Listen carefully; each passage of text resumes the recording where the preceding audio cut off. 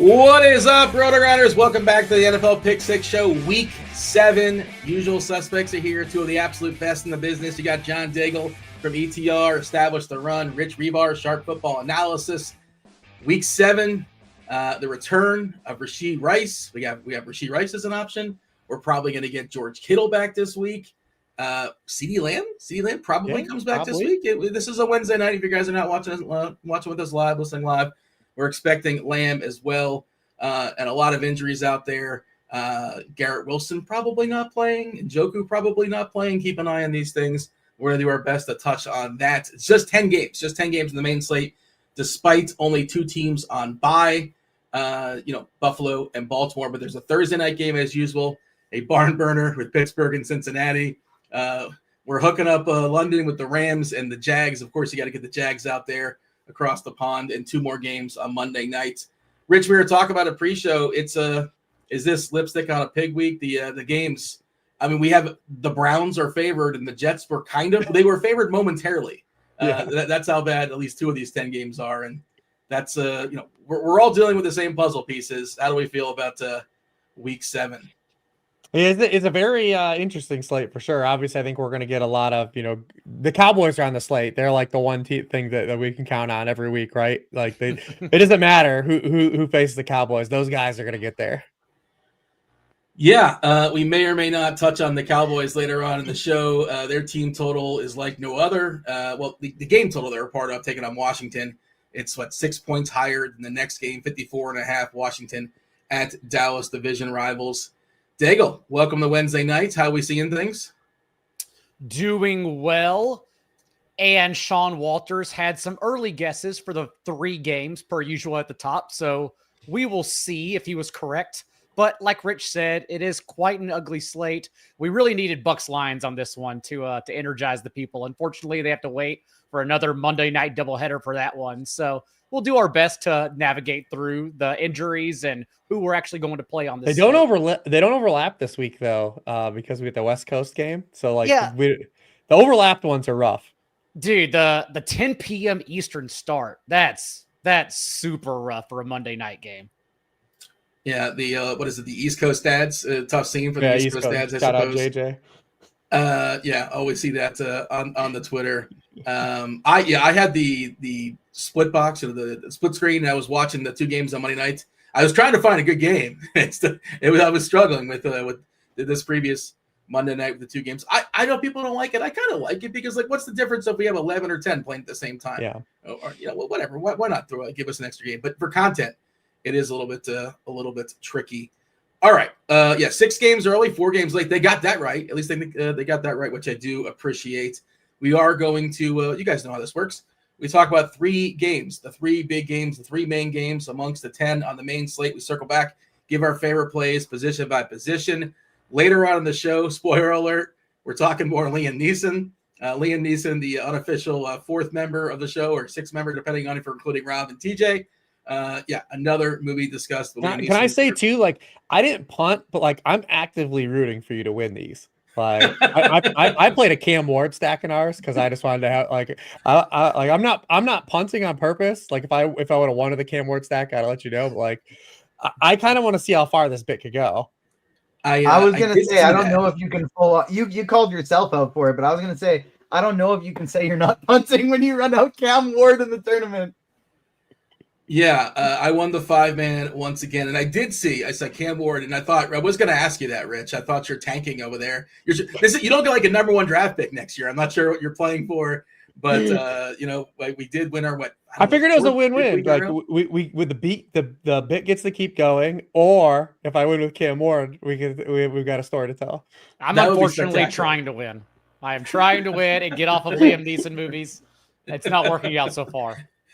Well, we have another Liam Neeson movie later on in the show. All right, let's do it. Let's dive in. Let's talk about tonight's main game on a Wednesday night. The first one we're going to talk about, we said the slate is spectacular. You got to talk about the Saints. The Saints are spectacular, right? Saints at Chicago, 47.5 is the total. The Bears, Daigle, they are 5.5-point favorites. Talk to me about the Bears and the Saints. For those listening live as well, apparently YouTube is broken and down for everyone, not just this show. And so as your kids are screaming in the background, just know you can watch us on Twitch if you're hearing this somewhere until YouTube is fixed. Until then, though, let's talk about this game. And from an overlooking standpoint, also, when we talk about ugly receivers on this slate, just look at what's not available. Jamar Chase, Puka Nacua, Brian Thomas. You get to Sunday Night Football, and we're obviously going to be missing Drake London, any 49ers guys, not to mention the Bucks and Lions, Nico Collins, JSN. So this slate probably makes sense for a lot of cheapy and ugly receivers to tag along with their quarterback. And so we're looking at offenses, per usual, that we think are going to be efficient and successful. And I do believe the Bears can be that in this matchup. It's like we talked about with Drake May last week, where the Saints 29th in pressure rate really aren't reaching the quarterback and just allowing everyone to stand back and diagnose their coverage. Even last week, the Commanders against the Bears, for example, the Commanders lead the league in pressure rate created. But when Caleb Williams was left to just stand upright from a clean pocket, he went 12 of 18 for 9.1 yards per attempt on Monday night. So we think it's just going to be another situation where he continues the success he's had all year long and being 7th in yards per attempt, 8 touchdowns to 1 interception when not under duress. And of course, then we start talking about where he goes to. It's only Wednesday.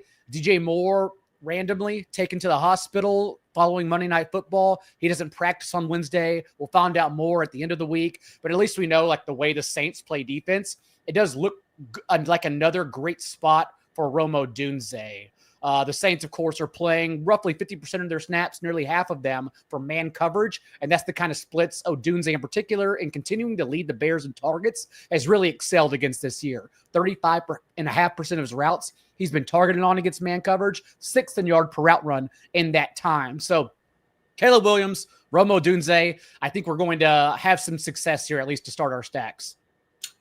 Rich, after the bye for Chicago, I know there was some speculation on the rookies to get more run.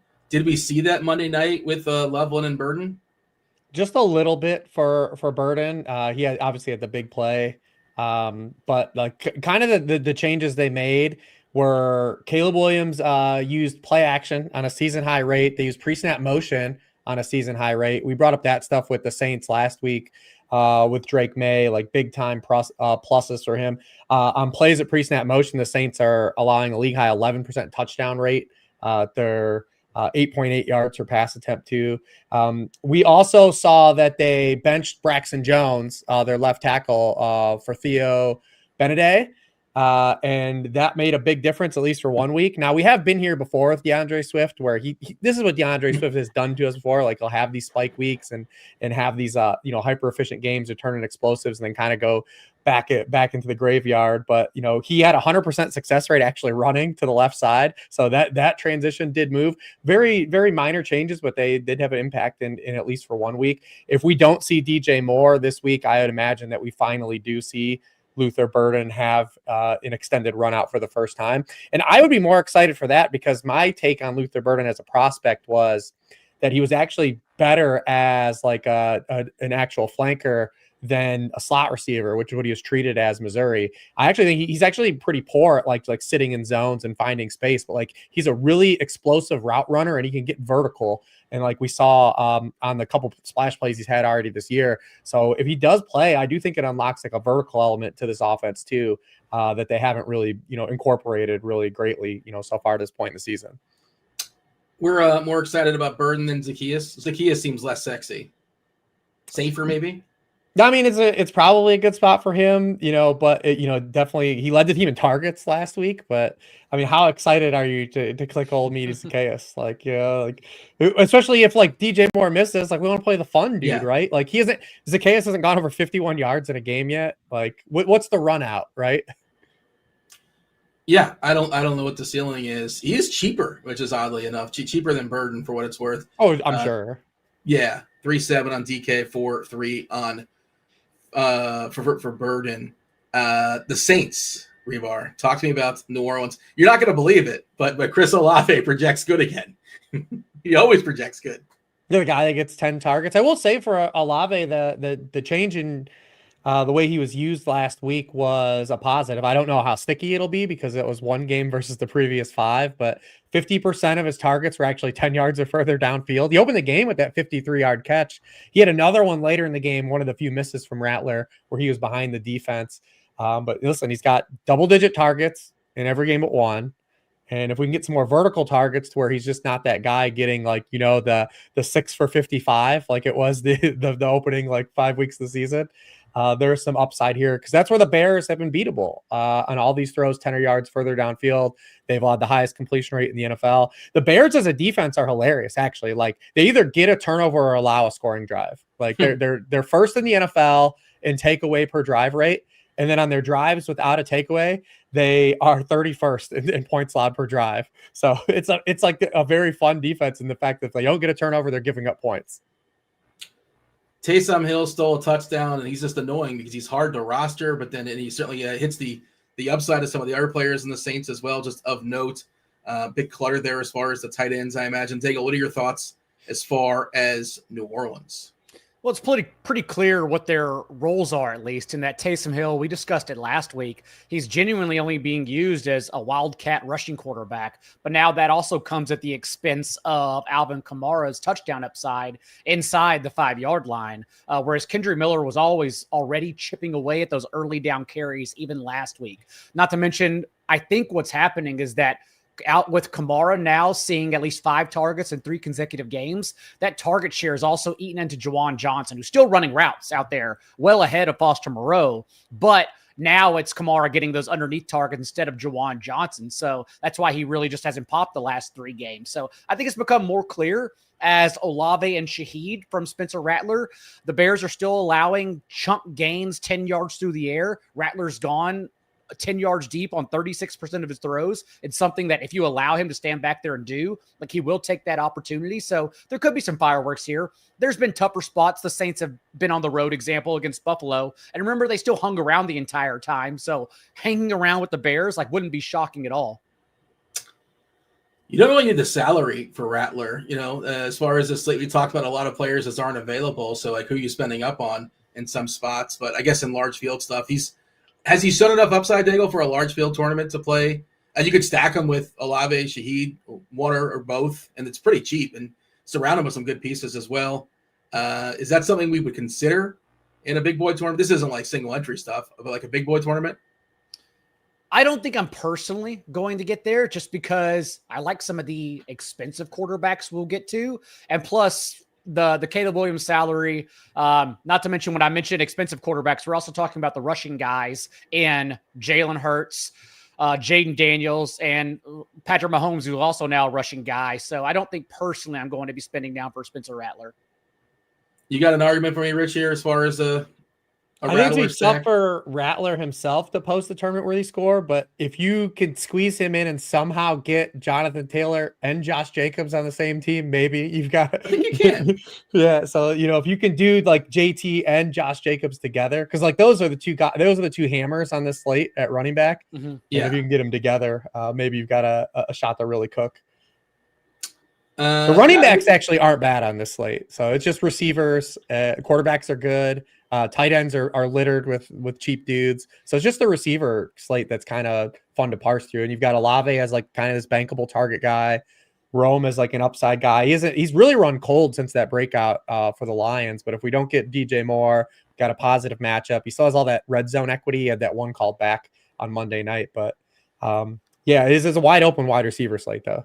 Zacchaeus does have 2 more targets than DJ Moore on the entire year, despite playing together. Again, it's not a ceiling option, but if you play Caleb Williams, he's just so cheap. You can probably just bring him along. All right. Anything else here, boys, as far as Saints and the Bears, or shall we move along? We're moving along. That's good.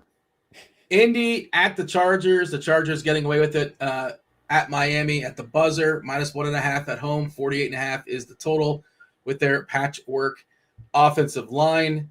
Rich, it's all yours. Colts and Chargers. What do you got? Start wherever you want to start. Yeah, this one is tough because we still have some things that we don't know for player availability. Josh Downs is in concussion protocol. Charvarius Ward's in concussion protocol. He got hurt before the game. Colts had 2 injuries before kickoff even started. Obviously, I don't know Richardson exactly. Yeah, the Richardson, like I don't know if the elastic band like went back in his face or what, but yeah, he's now on IR, and then we don't know if Quentin Johnston's going to play. He did go all the way up into like the 11th hour on Sunday in pregame, and then was ultimately held out. Harbaugh said today that they are expecting him to practice in a limited fashion. Who knows if that means he'll be up or not? So those guys are all impactful, like for the actual outcome of the game. So we're flying blind on a Wednesday right now. Not many guys have gotten out of concussion protocol like during the week this year. So like, Downs and maybe Marvin Harrison, like it might be longer for these guys to get through. But yeah, and then like the Chargers are such like a floor based team now. And then you have the Colts who I'm referring to as AFC Green Bay now at this point. Like they're just all doing the same things, right? Like they get a lead and then they just turtle. Like they don't run. Like literally the Colts and Packers have the lowest drop back rates in the NFL in the second half of games this year. But like Herbert just has no ceiling at this point right now. He isn't a QB1 scoring week since week 1. Since the loss of all these linemen, they forced to just absolutely go to like a short condensed passing game. He was over 9 air yards per attempt the first 3 games this season. Now it's been 6.5, 3.8, 5 air yards per pass attempt these past 3 weeks. They're unable to go downfield. That actually is going to play right into the Colts' hands because they just want to like play a lot of zone coverage anyways, especially to insulate their cornerbacks if they don't have Charvarius Ward, because they've already lost Kenny Moore, who's on IR. They already lost Jalen Jones before the season. So like they're deep in the bag on cornerbacks. So maybe if we don't get Quentin Johnston, it's a little bit of run out for Ladd. But even Ladd last week against the Dolphins, he sucked out on that 42-yard catch. Like his game was very average until that point. Keenan Allen, like we've seen now, the Keenan Allen box score now, through 6 weeks of the season, if he has a touchdown, he's okay. If he doesn't have a touchdown, he's borderline unusable. And then he had no bump without Quentin Johnston. It was all Trey Harris. So this is a game where I struggle to see the upside outside of Jonathan Taylor. Daigle? I completely agree. This total is one that's continuing to increase.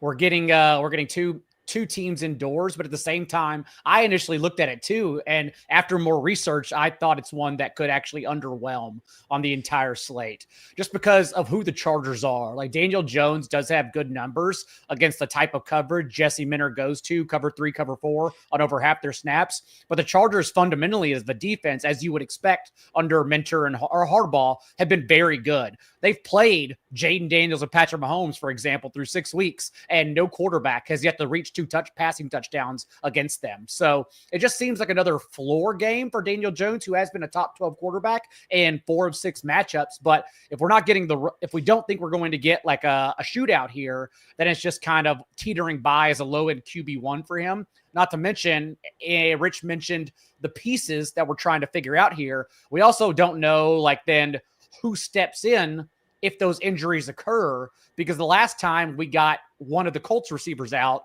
then it was also Ashton Doolin who stepped in for A.D. Mitchell, who was punished at the time. I would imagine it's the same thing, but again, we don't know if suddenly they say, okay, well, A.D. Mitchell is now back off the bench entirely. Just lots of chess pieces here to figure out. Dale, how much of a priority is Taylor for you as far as the entire slate? Well, especially given the cheap running backs that really don't exist or you have to squint to see on this slate, I think that's why Jonathan Taylor stands out so much here. And again, as Rich mentioned, we're talking about a team that really hasn't been forced to play their offense in the second half of games. So if you do think they shoot out, you can happily play Daniel Jones. Maybe you'll squeeze a rushing touchdown from him. But right now, Jonathan Taylor, when you just look at the running backs at the top, Christian McCaffrey's not here, you just automatically naturally drop to him. When you define cheap running back, we're talking like Swift at 5'7". I get Vidal in this game. Are we chasing that 5'5" on DK? Is that something we're interested in? I guess that's cheap, right? Somewhere maybe mid 5s on DK. Pretty cheap. Judkins is 6K, good matchup versus Miami. Potentially shaky weather there as well. A home favorite, in which we won't see that the rest of the season, I imagine. You won't see that. I've not seen their schedule. They already played the Bengals at home. I guess that's kind of the clutter as far as cheap running backs. Are we interested? Do we care about? It looks like Arondé Gadsden is clearly separating himself from Disley and whatever's left there for the Chargers. Do we care about that, Reeves? Yeah, mildly. I mean, this is a player, if you followed him at Syracuse, I mean, he was kind of like that big power slot guy, and that's kind of what he's done so far at the Chargers. 43% of his snaps in line, 44% in the slot, another 12% out wide. He does have one backfield snap as well. Even Will Dissly was active last week, and I was kind of wondering if Dissly was going to be active. They were kind of using him as like a tertiary tackle. And then maybe that would hurt some of Gadsden snaps, but nope, he continued to just continue to trend up and set a season high in routes per dropback again last week. He set a new season high 4 weeks in a row. Eventually that will cap out, but he looks to be trending towards just being a full-time player in this offense. They got Trey Harris on the field. The problem with Gadsden on this particular slate is, one, we don't know if Quentin Johnston's going to be available, right? Like that could open up some targets for him if Quentin Johnston sits. And then just the other two, the cheapy tight ends. Like it looks like we're about to get like a near min Harold Fannin. Like against the Dolphins. Like, I mean, he's going to be super popular. Michael Mayer was really serviceable in his first game, without Brock Bowers, in a game where we're expecting them to have a lot more dropbacks than they had the last 2 weeks, because the Raiders haven't thrown the ball at all these last 2 games. Like they're 30th in dropback rate the past 3 weeks, but they're not going to be in a spot to where they can just like ride Ashton Janty out this week. They can't hide Geno Smith this week. Pat's going to put some points up on them. So yeah, I think that's the problem is the slate. I can see there though, if you can get there though, you talk yourself in if there's no Quentin Johnston, but there are some really glowing tight end plays right now on Wednesday. I could see, we kind of glossed over Vidal when you mentioned him, Dean. I could see myself playing him, even like if I'm skinny stacking him and JT against one another, just because, like, first of all, he was so good last week. It's not the situation where I'm expecting like Michael Carter, where we only chase that in managed leagues, for instance. Maybe some people did in DFS as a cheap play because of the touches, but he was so bad a couple weeks ago, 2.8 yards per carry, that it wasn't shocking at all to get that report Saturday night and Sunday morning that Bam Knight was going to form a committee. But Vidal was great. It was not only the elite threshold we're looking for with 75% of the team's touches, but also to run more route than Haskins and also earn a double-digit target share. He was fifth among all running backs in his rate of 10-yard carries as an explosive option too. So there was no reason to pull the rug here because he was so good for an offense that really needs it with a struggling offensive line to create those lanes. And the Colts really, they've been okay. They've been a below average run defense, not anything that have allowed like super big plays here, but they also really haven't had the toughest slate of opposing running backs. And the couple of times they have faced like NFL competition, Devon Achane averaged over 7 yards per touch. Kyron Williams averaged 5.9 yards per carry. Ashton Genty had 4.8 yards per carry against them. So, you look around what they limited the Cardinals backfield, the Titans backfield, teams that are getting stuffed against every team anyhow. I do think there's a possible run out here for Vidal to have a really good game at salary. I think he was your top waiver wire target. Is that correct this week over at ETR? Yeah, but I mean that was an obvious one this week. But then he was number 2, I think, last week. But I just tiered him and Haskins together and understood that you're chasing Vidal for the ceiling. But at least those early reports were that Haskins is going to get the first run. And Hribar loves his Michigan guys. So that also would not have been shocking if Haskins pummeled his way to 20 carries for 60 yards. Well, they did say they were going to do the hot hand thing, and that's how it opened. Like they gave both those guys a shot, and Vidal in a splash play. There was some volatility there. I do agree. I don't think it's a Michael Carter situation, but he was RB16 on the week in success rate. He only forced 3 missed tackles. He also failed to gain yardage on 25% of his runs. So and it was against the Dolphins. So I think there are still some question marks big picture if we're going to get that kind of run out, because you don't want to just do remove the guy's best plays and he was bad. Of course, but he had 3 long runs, really didn't do much outside of that against the Dolphins defense. So I do think there's some volatility here, and it's still behind a makeshift offensive line. So I definitely think there's a lot of volatility here with Vidal still too. We're also talking about him and his ownership relative to Quinshon Judkins against a defense that makes everyone look like Jim Brown. Well, again, the one he just faced. Yeah. Definitely an asterisk for as far as the Dolphins defense. By the way, I did take a peek. I was Wednesday night. Who knows how serious it is? But Doolin also mispracticed with a chest. So we'll see. Just gonna keep an eye on his whole chest. It's just a whole chest going. His entire chest, I believe. Well, I think it's there. It's just a little. It's sore. We can't prove that though. Yeah, and like Pittman's in a good spot, but like he's just never fun. And I get it. Like, you know, you need these guys. You need these guys sometimes. I get it. Cause like, you know, Pittman's a guy like I never like I'm like ever attracted to. But like if we're not gonna have Josh Downs, it does open it up some stuff for Pittman. The Chargers also have like against wide receiver ones have allowed some pretty solid games actually too, for as good as their pass defense has been overall. I mean, we saw, you know, Cortland Sutton 6 for 118-1, Debo 8 for 96-1, Jalen Waddle 6 for 95. Hollywood needed 16 targets to get his 99 yards. Jacoby Myers, maybe the most comparable to Michael Pittman, had 6 for 68. So I could see it, his salary, like a DraftKings only, probably not on FanDuel, being okay. And then the one guy we actually didn't talk about who's like legitimately good too is Tyler Warren. Yeah. Tyler Warren. I keep forgetting about Tyler Warren. Yeah, I mean, another 30% of the team targets for him. He scored a touchdown in 3 straight games. Chargers have been good against tight ends, but maybe he's just one of these guys that it doesn't matter for. But he's also been really good against, like Daigle was talking about, like the cover 3, cover 4 stuff. Like that's where Tyler Warren's been awesome. Like 35% of his routes he's been targeted on, 3.9 yards per out run. Only Jackson Smith and Jigba has more receiving yards off play action passes than Tyler Warren so far. That's a pretty impressive stat. You were talking about Indy being, like Green Bay in the AFC, and it feels like it's Warren's literally one of those guys that's been shut down like in the second half essentially because they're blowing he's out the teams. tight end 18 in targets in the second half of games. Daniel Jones is the lowest scoring fantasy quarterback in the second half, and he's the QB1 in the first half. Yeah, they're just deflating the ball essentially in the second half, and just I know Arizona made it close last week, but yeah, it felt like they shut down Warren in the offense, and of course against Vegas, against Tennessee, against Miami. I mean, they'll get pushed here. I'm actually surprised they're dogs, to be honest.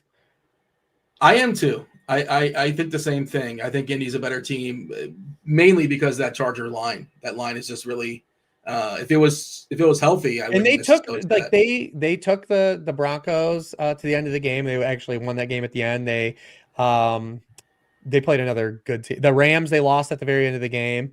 Chargers did beat the Broncos when they were healthier, but like you needed a suck out win against the Miami Dolphins though. Like, I mean, I'm scared. I'm scared.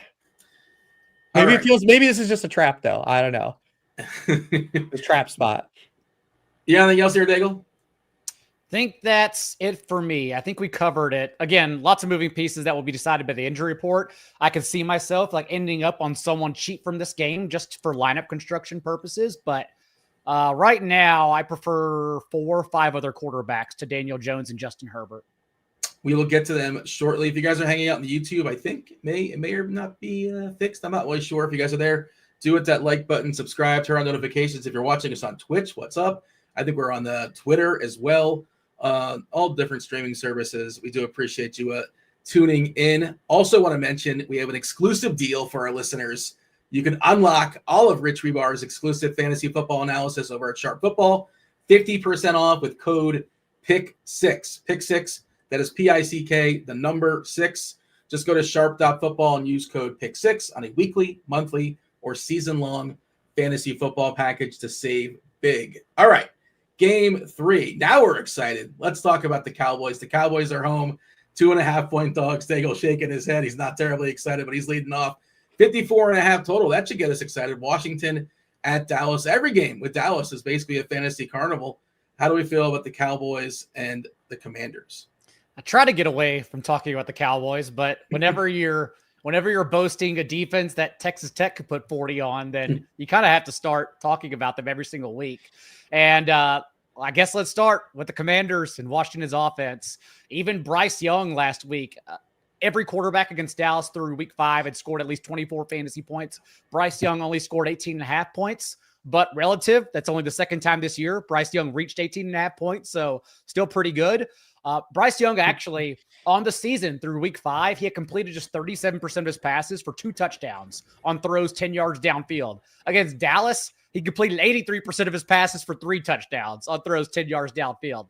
And here comes Jaden Daniels. If you want to play devil's advocate, if I were just to push back a little bit, I will say Dallas has run into rushing quarterbacks, and they've been better in that department beyond week 1 against Jalen Hurts, who spiked him for 60 yards and 2 touchdowns.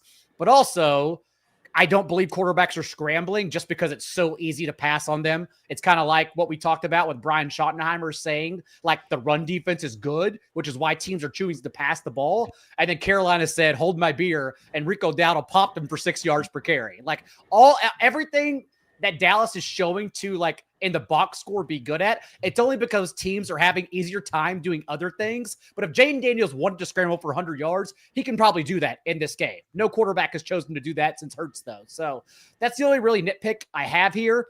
You can probably leverage it since they don't correlate. Like when we talk about Matthew Stafford and Kyron Williams, although he's bucking back against this the past couple of games. But if you want to leverage Jaden Daniels, you can go to Ja'Cory Krosky-Merritt now, who has seen his share of the team's backfield touches increase to season-high marks in back-to-back games. He's still one of the league's most efficient runners, and being second in EPA per carry, or second in success rate, I should say, behind Rachaad White. He's 7th among all running backs in EPA per carry. And like we said, Dallas, if they want to run against them, any team, the Commanders can. So I think you have your choice which to pick your poison here. And we're getting CeeDee Lamb back, so maybe you want to play it through Jaden Daniels. But yeah, both options, there's really not much to say outside. Both options are really good options. We're expecting McLaurin back. Not really sure, but I think is that fair to say? Buddy, when the Cowboys come on the schedule, you get real healthy. You get real healthy. That's like Tortorella without the shot, right? Yeah, I'm coming back this week. Yeah. Do we expect, like, the Cowboys? They're not going to buckle up once again, right? Washington should put up another 30 or so against the Cowboys.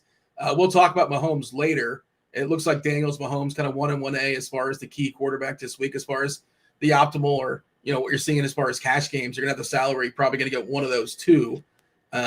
Start with the Commanders. How much Commanders is too much Commanders, Rich? I mean, this game is just littered with, like, you got to find guys that maybe you don't want to play in this game, which is tough.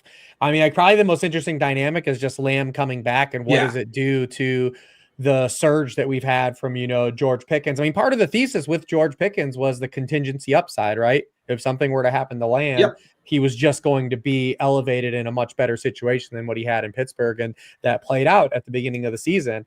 But, the first 2 games this season only had 12% and 17% of the team targets. With Lamb off the field, he had 42.5% of the air yards, target on 25% of his routes. So, like, where does that happen? Where does that come down now if we see Lamb come back? Also, Jake Ferguson, Jake Ferguson is the most fragile guy if the volume goes away, because, he's only averaging 6.9 yards per catch. That's a tight end 50 on the year. 4.3 air yards per target. That's the tight end 47. So, like, he needs the volume as well. I mean, you saw last week. He's tight end 1, right? Isn't he tight end 1 of the year? Yeah. The volume's insane. I didn't mean to cut you off. Continue. No. So, So, like, it just the dynamic of throwing Lamb back into this offensive player we know who's going to earn targets, because we know it's still like a bonanza. Like, there could still be enough, targets to go around. Everyone always comps, like, the Cowboys to, like, last year's Bengals, but they have a third guy in Jake Ferguson, where it's not just like Lamb is Chase, Pickens is Higgins. Like, there's a third guy that's on the target tree in Jake Ferguson. So it's not quite the same run out. I would expect Javonte to still be a guy you can go back to as well. I mean, he did have and maybe we just have to recalibrate too for the Carolina Panthers run defense too. I mean, this is a run defense now that's been better the past 3 weeks. I mean, they completely shut down Devon Achane the week before, and everyone was kind of like, whatever. And now it's 2 weeks in a row where they held both those guys down.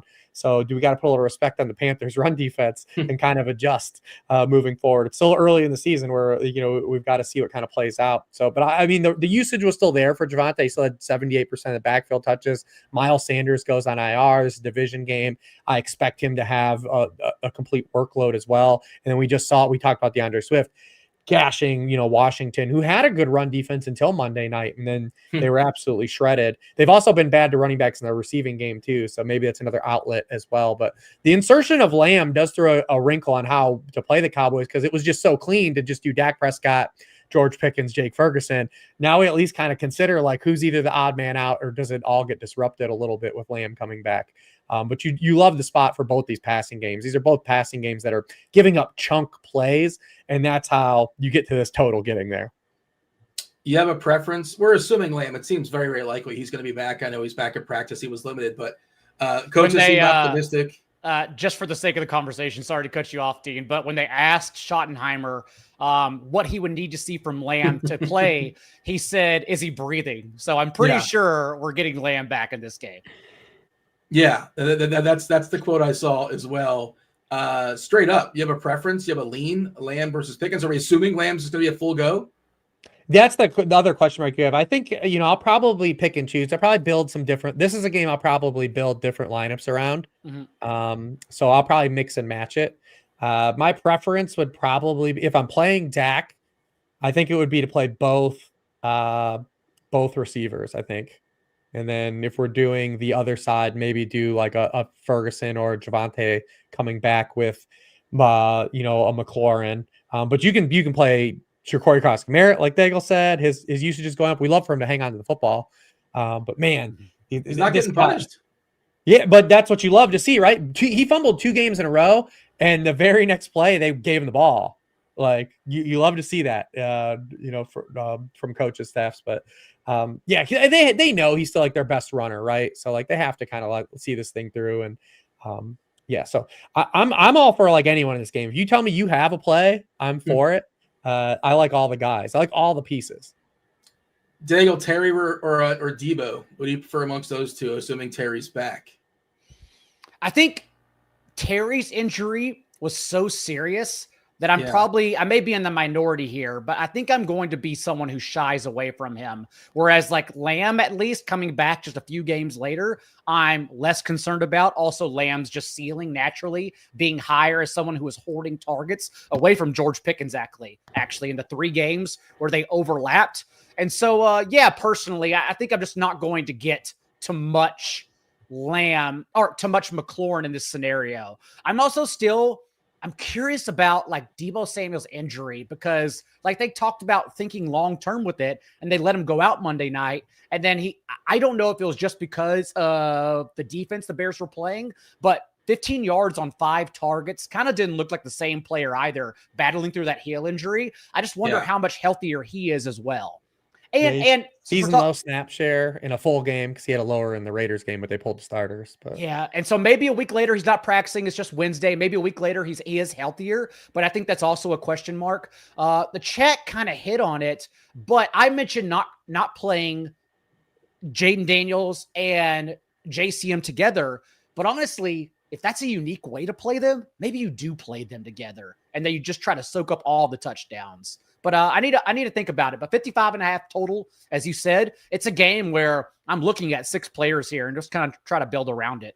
If you do play Jaden Daniels, you almost kind of need JCM salary a little bit. So, I mean, he's tough to get away from, I think, at his price point because, they played on Monday night. So, it was, he's grandfathered in. I think his price would be a little bit higher coming off his workload. He didn't have a great game, but again, set another season high in share backfield touches.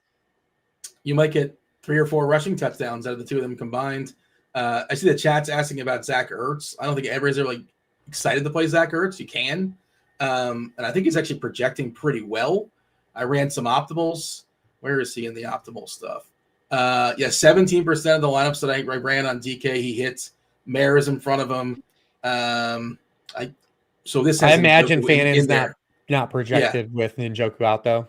And Njoku's projected, that'll probably. I assume that once that happens, Fannin would pass all the cheapies as far as projection. Kelsey hit the board, Gadsden hit the board, and also Mason Taylor because if the Jets complete a pass, we just don't want to make an assumption, but they do, it's most likely to get completed to Mason Taylor. Yeah, I was looking at his player prop stuff, and it was kind of priced appropriately. I was like, oh, man, I thought we were gonna freebie, man. His catches were 4.5, and then the yardage I think was 48.5.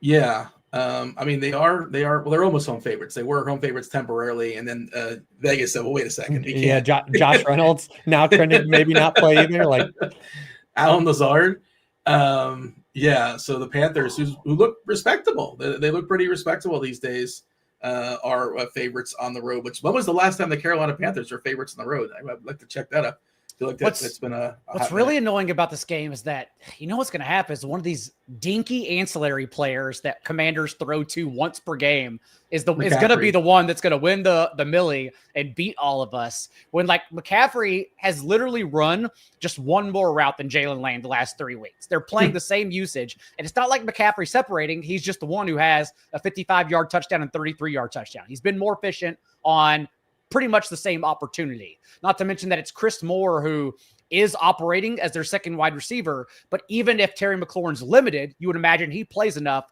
where he limits Chris Moore from being usable as well. What about on the Dallas side? Flanoy? Do we care about Flanoy?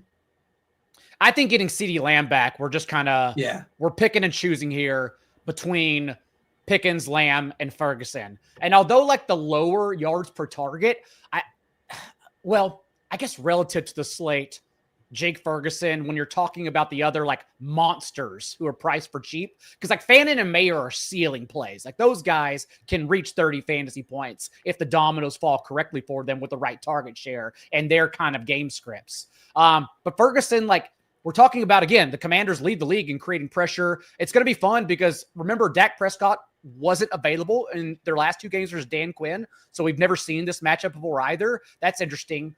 And so maybe like if they are able to generate pressure, like we are talking about just constant dump offs over the middle of the field to Jake Ferguson instead. So yeah, I could see myself playing him just to get unique around this game, but it's all the pieces are live here, all of them. Do you assume the majority of your lineups, Daigle, is going to have pieces from this game? Or JCM is my favorite player among all of them. Like I'm definitely going to have him, but how I play everyone else around him, I'm just not sure yet. But I know I'm interested. I know I want everyone listening to be on this somehow with 5 to 6 players. Rich, we both love the single entry world, and like this feels like a game that's a lot of these pieces are going to get pumped up. How do you feel? I mean, we said we don't love the slate. The first 2 games didn't really wow the crowd in the chat. Do you think you're going to look for ways, or are you going to try to be different, maybe different around a Washington Dallas stack? It's still Wednesday. Are you kind of figuring it out? What is it going to be good chalk by the time Sunday rolls around? I think it will be good chalk because this is where we've been with the Cowboys. Like, I mean, it's even Ted McMillan had 3 catches and still got there. Like it's like all the dudes, it's every week against Dallas, man. Everyone gets there. Even 2 weeks ago, they were blowing out the Jets. And what happens in the fourth quarter? Justin Fields at ownership gets the 25 points. Garrett Wilson at ownership gets all his points. This defense is just if it wasn't for the Dolphins, like they'd be tracking to be historically. It's funny in this era where like offenses we're still struggling for points. Like we have seen some of the worst defenses almost in NFL history, like to start the year. The Ravens were like a product of injuries, but like this Dolphins team already has allowed the highest scoring rate per drive in the 2000s through 6 weeks. The Cowboys are literally 31st, are dead last in EPA as a pass defense. I mean, it's just everyone gets there. There's no resistance. Like even the running backs, like all the guys. The complaints for tournaments have been it's a year the chalk has been hitting, and like we're just not going to win when the chalk hits. But the chalk is hitting because the chalk is against the Cowboys every week. So it's like that's not stopping anytime soon. We have to continue playing the unique plays around that.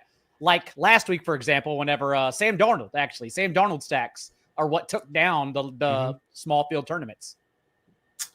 All right. Anything else here, boys, as far as Dallas and Washington, or shall we? Yeah, I think this is one, Dean, where you talk the single entry stuff. I think like the way I play like this is a game where I think you just absolutely jam in as many dudes as you can.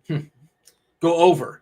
Yeah, just go over and like maybe 3-2 or something like that. Like this theoretically, when you look at this slate, and I don't know what we'll end up seeing by the time we get to the weekend with whatever this phantom storm that's supposed to come through on the East Coast or whatever. But like you look at these games and like where are the game environments that are going to challenge this one? Like I'm sure, and we will have a surprise. I'm sure we will, but like where are the games like that you're saying like yes, because even Colts Chargers where it can get there like where the Dolphins Chargers the over gets there, but like where are the individual fantasy games like coming along for the ride? This game kind of has all those. Like you can have a Terry McLaurin 3-catch game that if he has 2 30-yard catches and one's a long touchdown, you could have JCM and Jaden Daniels have multiple rushing touchdowns. You can get all the Cowboys touchdowns. Like it's indoors. There's like, what are we scared of? Daigle, what was the fourth team you consider, the fourth game you consider? Because Rich asked a good question. So you can't just say, I'm going to fade this. Now you have to fade it and like, okay, put other players in. Who are those other, well, what's the other game that you're like, well, this could, if everything falls in place, what's the other game that you can, if you squint your eyes, you can see like a shootout of some sort? It wasn't really even games. It was, we could talk about the Chiefs because we're not going to talk about the Raiders side and the Eagles Vikings, but we don't know the quarterback situation. It was JJ McCarthy. We have less faith. And that also depends on the injury report because teams are now getting there against the Eagles defense. And I'll talk about Jalen Hurts here in a second when we get to positional plays, but you still really have to squint to make things happen there. Yeah, it's tough. And the Raiders, I guess Michael Mayer and like 4 Chiefs, you can do something like that. If you want to take an onslaught, you want it back with Mayer. That's something you can do, but it is difficult looking at the rest of these games. Yeah, Chiefs. I like Eagles too, but I like them more for large field stuff because I think like Daigle's looking at it, we're expecting Mahomes and Jaden Daniels to have a lot of ownership at the top of the quarterback slate. So and Hurts has still been a good fantasy scorer even through all of the volatility of the Eagles. Like he's still scoring fantasy points every week. Even against the Broncos, he had, without any rushing, he had 19.5 passing points against the Broncos. Like, so they're like, we're not necessarily scared of the matchup if he's going to be low owned.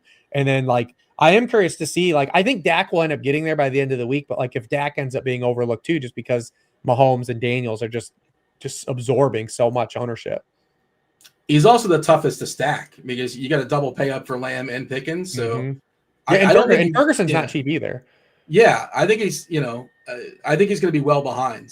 So certainly, and like he's got to get 303, but certainly he can get 303. That's not something that's, gosh, I wonder. That's not asking too much. I wonder how many lineups go Mayer and Fannin just to stack like the expensive players in this game. I have not considered double tight end, but both of them. Those guys are probably better than the cheap receivers. That's what I'm saying. Like you have to break your brain, but they're not tight ends. Like Fannin and Mayer at full strength when they are starting tight ends, like with their target trees vacated. Even Jacoby Myers, it's only Wednesday, but was a DNP. Like those guys can put up 25, 30 fantasy points because they're elite athletes. Would we like it if DK let us, like, if the wide receiver became wide receiver / tight end, like 1 mandatory tight end and like 3 wide receiver / tight ends? What if we got rid of team defense? That'd be my number one request. Yeah, I mean, that's the biggest variance, most unpredictable thing. I'm looking for cheap receiver. It's funny you guys mentioned that, and there's not a lot. Yeah, it's the most unpredictable thing, but then it's also like the most predictable. Which one's going to be played the most in the projections? Well, Burden, if DJ Moore doesn't play, I will say right now on Wednesday from 10,000 feet out, like Burden will get jammed. Yeah, over Zacchaeus, who's cheaper. Yeah. Because at one, everyone wants to be early too. Like, but projections probably like Zacchaeus basically the same. Probably.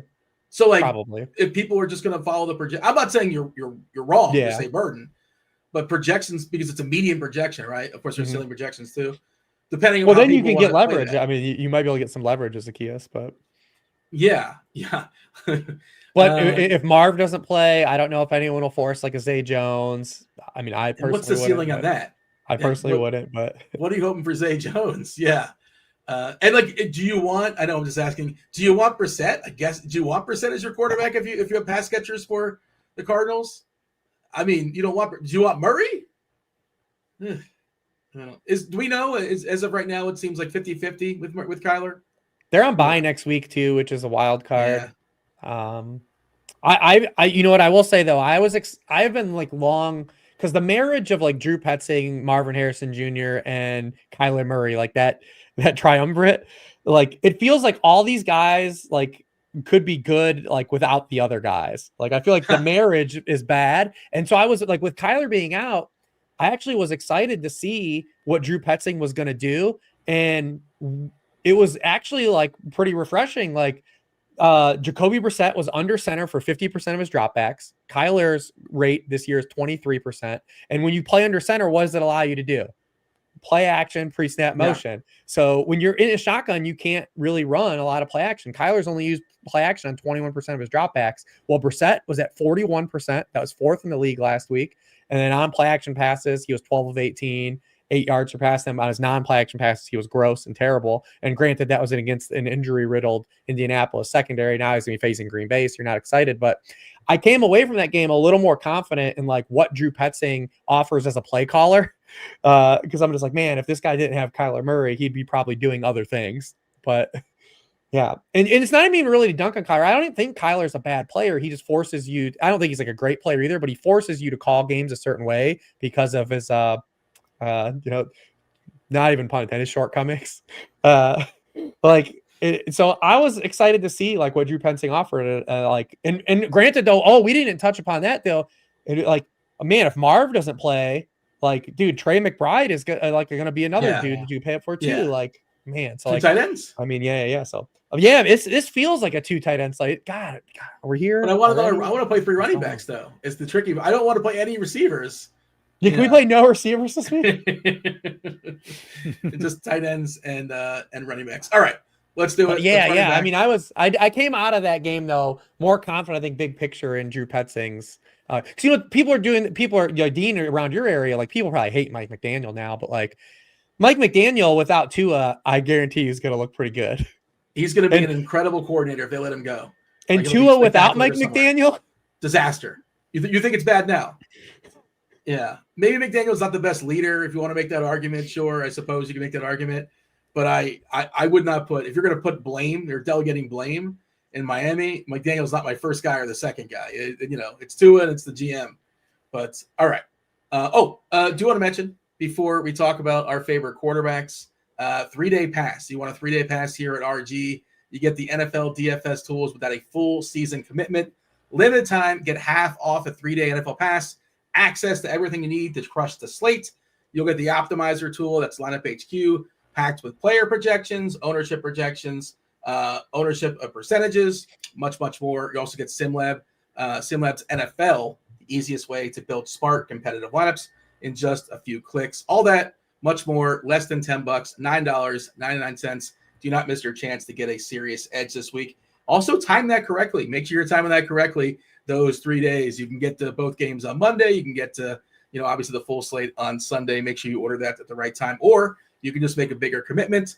Get NFL DFS access for the entire season. You can get more bang for your buck with Combo Pro, the Combo Pro deal.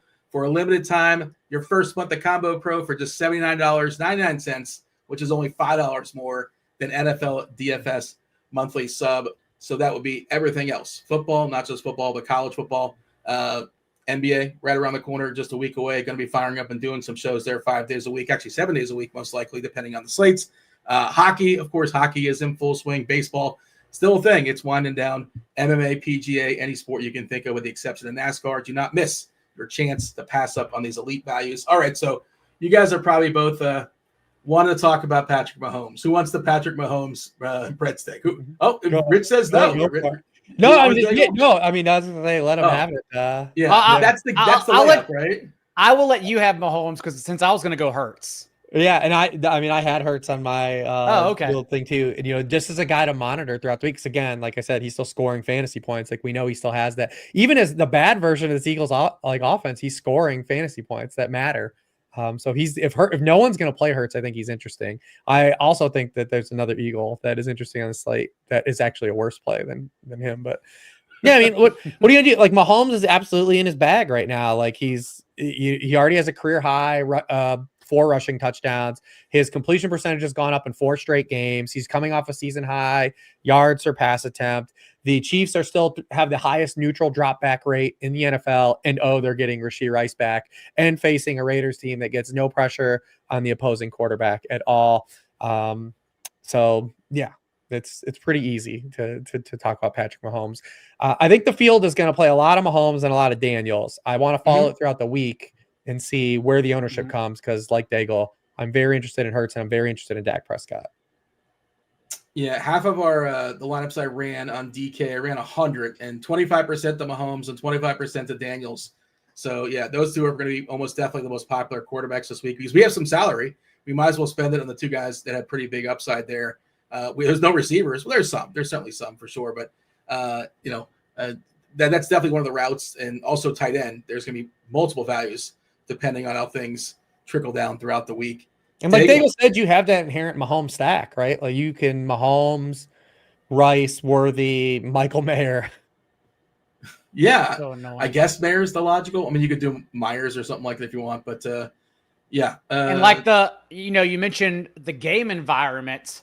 There's none in totality that matches Commanders Cowboys, but can the Chiefs as a singular team total outscore both the Commanders and Cowboys? Absolutely. Yes. They could put up a 40 burger here as they did scoring 40 points in both their games against the Raiders last year. Is there like a history there where they don't like the Raiders? Is that a thing I'm making up, or I feel like that's a thing in my head? I can't quite think of any specifics. Maybe that's they just destroyed the Raiders. Derek Carr and John Gruden actually played them really well when they were together, but the Raiders have had the same DC for 4 years in a row now. So they always give them a fight in one of the games. It's usually around the holidays when the Chiefs don't care. Because they beat him on Christmas Day. Was it Christmas Day, the game that they beat him? It was the Christmas Day game, yeah. With the Jack Jones interception return. Last year, they played a hell game too in Arrowhead, right? Like I think they played a hell game. Like Bowers had an awesome game. I just remember Bowers like having like a shitload of catches. But I think 2 weeks, right? 2 weeks for Bowers. Yeah. It's like one of those weird divisional matchups where, because like the Browns do this with the Ravens, right? Like the Browns always give the Ravens like one hell game a year too. Mm-hmm. And it just like makes no sense. The Raiders have always given the Chiefs like kind of one hell game. I think they also get waxed in the other game. Yes. Because that's where they ran the ring around the rosy play. That was against the Raiders like that. We're so bored, which we do, right? eBay, sorry if I'm mispronouncing that, points out in the chat. The game where the Raiders came close last year was the one where they snapped the ball to Aiden O'Connell too early, and then the Raiders lost on that play. Was there like a runoff, like a 10-second runoff or something? Yeah. Yeah. The most Raiders thing ever. Well, that was like when the Chiefs won like 4 games in a row in like the weirdest fashion, right? Like they had the Broncos block kick. Like it was like they were like they can't keep getting away with it, and this year they weren't getting. They were reverse Chargers. Remember the Chargers would lose in the goofiest ways, that the Chiefs would win. They were terrible against the spread, but they were undefeated in 1-score games. Yeah. Yeah. They always give them one hell game though. Daigle, you have any quarterbacks you want to pitch to me? Yeah, I'll go ahead and complete the Jalen Hurts circle here. So after Caleb Williams in the season opener, who scored 24 points against this Vikings defense and Brian Flores, the Vikings have since faced Michael Penix, Jake Browning, Aaron Rodgers, and Dylan Gabriel. Not only that, but as we know, Flores is still blitzing at the league's highest rate, 45% of snaps. And although Hurts those first 2 weeks, as him and Kevin Petula were figuring it out, Kevin Petula is arguably still figuring it out. Was bad against the blitz, but the last month been so much better. He actually leads the league in passing touchdowns against the blitz the last 4 games, has also reached 30 pass attempts in 3 of his last 4 contests. So although it's frustrating, the volume is still there. And when you're talking about like maybe environments that if everything were to fall correctly could explode, this game is indoors. We're talking about Carson Wentz potentially still being under center, who has been a top 12 quarterback in 2 of his 3 starts. The Eagles are like showing holes now in their game on defense. So, I could see myself playing Jalen Hurts doubles. Do we want Wentz or McCarthy? We want Wentz. Yeah, Vikings have a 67% dropback rate with Wentz on the field. With McCarthy, they gave us all the signs all offseason with all their offseason moves, right? The money they spent in the offensive line, them trading and extending Jordan Mason, like they wanted to play more bully ball in the offseason. And that's how they opened the season. They wanted to insulate JJ McCarthy. With a veteran quarterback, they can freewheel it a little bit. So that's why Justin Jefferson, you look at his splits with the games that Carson Wentz has played, we saw the upside. He's got double-digit targets in back-to-back games. He would have had double-digit targets in the Bengals game if Jake Browning would have let them run any more offensive plays in that game. And we might have Adoree Jackson on the field in that game. Like Vic Fangio's reaction when they asked him who was going to play, Adoree Jackson or Keely Ringo, he was just kind of just like, I guess it's Adoree. Like, he was like, I mean, anytime Adoree Jackson's been on the field, like it's been an absolute like travesty this season. So if Quinyon Mitchell's not up for this game, he has extra time to get back, but it sounds like he could be doubtful this week.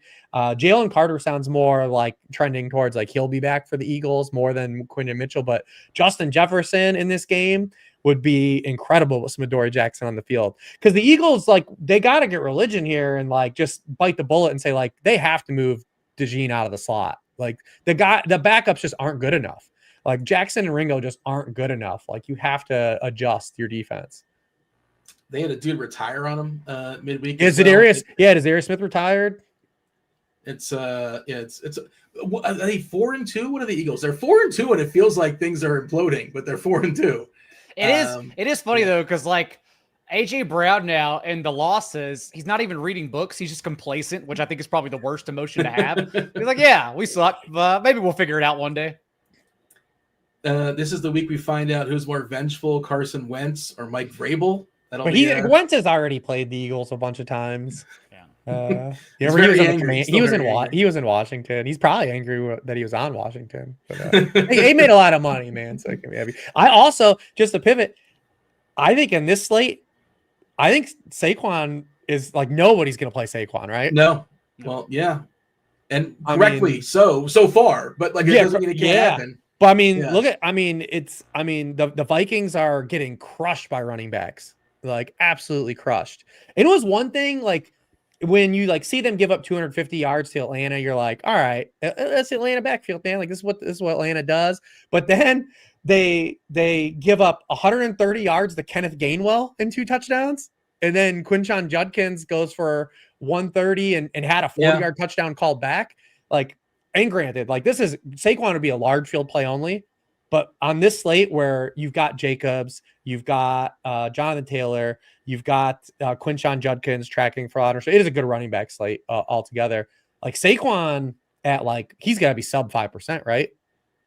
I would imagine so. But he's got to hit the home run, right? Because the tush push is now out to like the 4-yard line. Well, they have the new tush push, which is the Dallas Goedert flip from the 3-yard line. Like this is the God killing me, man. The Eagle, this Kevin Patullo is just not running a serious operation right now.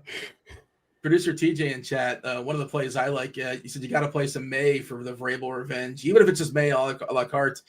I mean, I could see the Patriots just stepping on their throats and dropping 40 or so on the new coach. The new coach is a rehash from the Rams. Is that right? Who's the new coach for the Titans? Mike McCoy. Yeah. Okay. That's where he used to coach. Was he a head coach? Oh, no. Who am I thinking of? There's a different Mike that was a head coach for the Rams many years ago. It's probably no longer in coaching. So Swift and JCM will be popular mid-range guys for sure. Like I said, it's a good running back slate overall.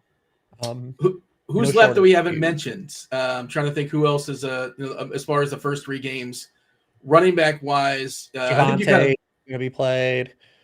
Achane. You mentioned Barkley, Jacobs.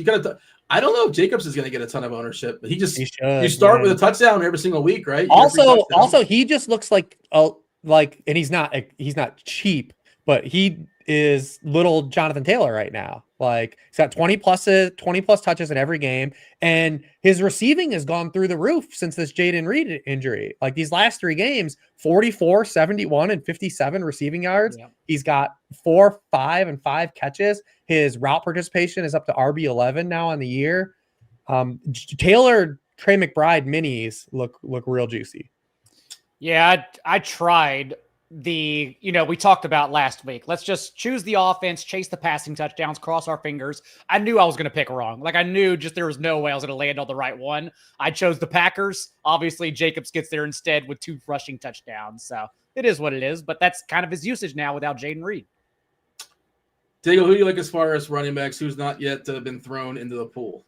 The only other one, well, we touched on it a little bit, but it does seem like Jalen Carter is going to play. The Eagles now, we've seen 2 spots where Jalen Carter has been out against the Cowboys and against the Giants, and they dropped to 28th in EPA per carry. Both Scatterboo and Dart last week were top 7 in success rate among all players with double-digit carries in the league in week 6. But it does seem like he's going to play, so it makes me temper my expectations there, especially on this slate where we're trying to spend up at running back. The only other one that stands out at a reasonable salary, as the chat has mentioned, is Quinshon Judkins, just because like what the Dolphins are allowing to, it's as simple as just saying what they're allowed the last couple of weeks to Rico Dowdle and Kamani Vidal. But at the same time, like guys that weren't even starting. Right.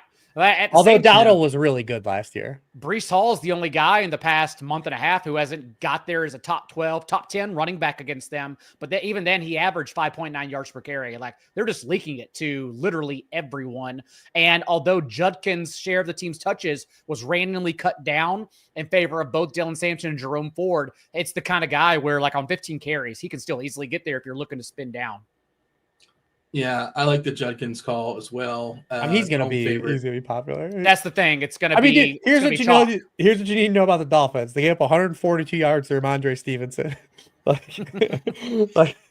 And what is we didn't talk about the Patriots offense a heck of a lot. He's been dreadful otherwise outside of that game, just a disaster. If I'm not mistaken. Yeah, I think he has one game with like over 40 rushing yards.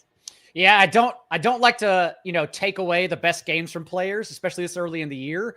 But if you do take away that game for Ramondre Stevenson, it's been absolutely dreadful. Yeah, the team, the chat's talking about Trevion Henderson, and we're trying to make that happen. We've been trying to make that happen. And the opportunities he's had, he hasn't been great. But I think the talent's there, right? I think the talent's legit, and maybe. That seems like a very large field thing to do. Like, I don't think we need to take our chances on those running backs this week. That's why, as cheap as I would go, would be Vidal, Krosky Merritt, and Judkins. I'd much rather just take my chance at wide receivers this week. I mean, if you're playing Patriots running back, I think you just would try to get the 2 touchdowns from Stevenson. Yeah, the weather's they're the same price. Weather's supposed to be bad at that game. It probably is gonna be a lot of running. Yeah. Is there any chance the Titans are another one of these teams that just allow dormant backups to get there, right? Like they tricked me into playing Woody Marks one week. Yeah. And no one's showing up to save them, but it is a head coaching change. And play calling changes. We could see some different things. Is the new coach bump all of a sudden the locker room's going to be motivated? You never really know how these stuff. There's just no talent, man. I mean, Calvin Ridley's not even going to play in this game. Van Jefferson, their wide receiver 1 was Van Jefferson. That's so terrible. Yeah, it's not good. And I know people are, And the worst part is, you guys were talking about May. They actually haven't even allowed a QB1 yet this year. Because they suck at running. They suck so bad against the run. They don't give up any passing points. And maybe it's just a situation where the Patriots are like, well, we can't run, so we'll just keep running the offense through May and it'll be fine. But nobody's getting there as a quarterback against them. Yeah. May can run. There you go. He's their best running back, right? It's just such a bad roster, man. It is such a bad roster. It is, yeah. I don't think we've mentioned. I heard the names in passing. Giants, Denver. We're just ignoring this game. I'm going to play Cortland Sutton. Okay. Yeah. I mean, because it's just so concise with Dart, Scatterboo, and Wandale. But Denver at home against it's probably not going to work out. They have a 16-point team total. Yeah. Like when Baker Mayfield's good, regardless of what you think about Baker Mayfield, football's just better. When the Giants are fun, football's just better as well. And what a cast of characters, man. Between anytime they win, Jameis Winston runs out to wherever Jackson Dart is doing an interview and feeds him a W. Scatterboo's ripping off his shirt and shaking his tongue everywhere you see him. They got the wildest characters in that room, and they're so much fun to see. I want them to be healthy for the next 5 years at least. It feels, I'm sure everyone saw the quotes that came out about Scatterboo in the game, including when they asked his mother, and his mom said he would steal his brother's shoulder pads and run into telephone poles when he was a kid. That's the most Scatterboo thing ever. They asked Gunnar Olszewski, like the special team, the gunner, what he thinks about Scatterboo. And he said, quote, he's a genuine idiot, unquote. Like, that's just what he said. Like, they know who this guy is, and it's so much fun. Like, no one cares. Proud father, Rich Hribar. Anything you want to add? Yep. Yeah, I love seeing. Listen, we already cashed our first future. We had Scatterboo over 3.5 rushing touchdowns on the year. It's nice to cash one early. One game, yeah. I open and shut, man, to get those week 6 books. But I mean, this is. I think there's going to be a serious letdown for the. It definitely seems like it. First of all, this team lost to the Saints the week before. They're going on the road to it's not on the road, right? Is that home, or it is in Denver? No, it's in Denver. In Denver. It's in Denver. Also, Denver is not allowing any rushing yards to quarterbacks going back multiple years now. The most rushing yards they've allowed is 46 to Anthony Richardson going back to last year. They've already faced Jalen Hurts. They give 3 yards to him. They have 31 yards to Fields, 6 yards to Herbert, 2 yards to Daniel Jones. Yeah, this feels like because if the Giants aren't getting Jackson Dart rushing like production, what do they have? It's again this matchup like Malik Neighbors and Darius Slayton were out, and Wan'Dale Robinson still couldn't lead them in targets. That's where they're at right now. And they were cooking. Like Dart played awesome, but no Jalen Carter. Quinyon Mitchell leaves the game early. Like it was rough. But I do like Cortland Sutton in that game. Baker Mayfield, I think, is second or third now in MVP odds. I don't know if you guys have seen that, but yeah, we touched on it earlier in there. Mahomes is the favorite. Yeah. Yeah. You mentioned how you feel about Baker. I think it's an overused term with it, but and you don't really know how to quantify it. But Baker Mayfield, absolutely a dog. He's got that dog in him. He's a dog. However you want to say that. Like he's that guy, right? He's Wolverine. He's Wolverine, man. Like yeah. Just and it's every week something happens to this dude. Either none of the linemen are playing, or Bucky Irving's out, or Mike Evans is out. Ubuka leaves the game, and he's like, oh no, man, I got Cameron Johnson. It'll be cool. Like, hey, is that Kate Otten down there? There was the real Baker Mayfield, like a fan, I think it was a 49ers fan, was talking shit to him.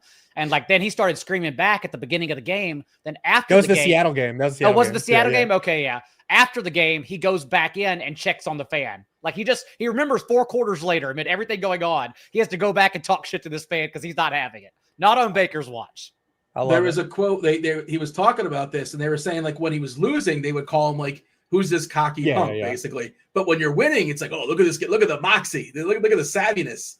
You know how you can. I love that he shut it down though. Like, yeah, that's yeah. It's legitimately fun as hell to watch, man. Like, are the Bucks they're like the team you want to watch the most, right? Are they up there? Like, they got to be at least in consideration. I guess Cowboys for the fantasy point angle, but like in terms of game quality, like man, every Bucks game has been fire. I like watching Lamar. Like when he's healthy, he's pretty fun. Yeah, I don't know. I think those are all on the Family Feud board, though. Let's knock out some receivers. Daigle, what do you got for me? As the chat also points out, this is Demaryius Thomas gets inducted into the Broncos Ring of Fame week. Shut it down. 0 points for the Giants. They're not getting past that one. We talked about this at the beginning of the show. I genuinely don't have any other receivers. Like I'm playing with our stacks. I'm following along my quarterback, given this slate. We talked about all the running backs I'm going to play. I don't think I'm going to get too cute. And we looked at cheap tight ends and running backs. So I have no other wide receivers to tout for anybody. You mentioned Jalen Hurts, A.J. Brown, a la carte, Jalen Hurts. Naturally bringing him along. Sure. Yeah. But no, I genuinely don't have anyone else to talk about, Dean. At wide receiver anyways.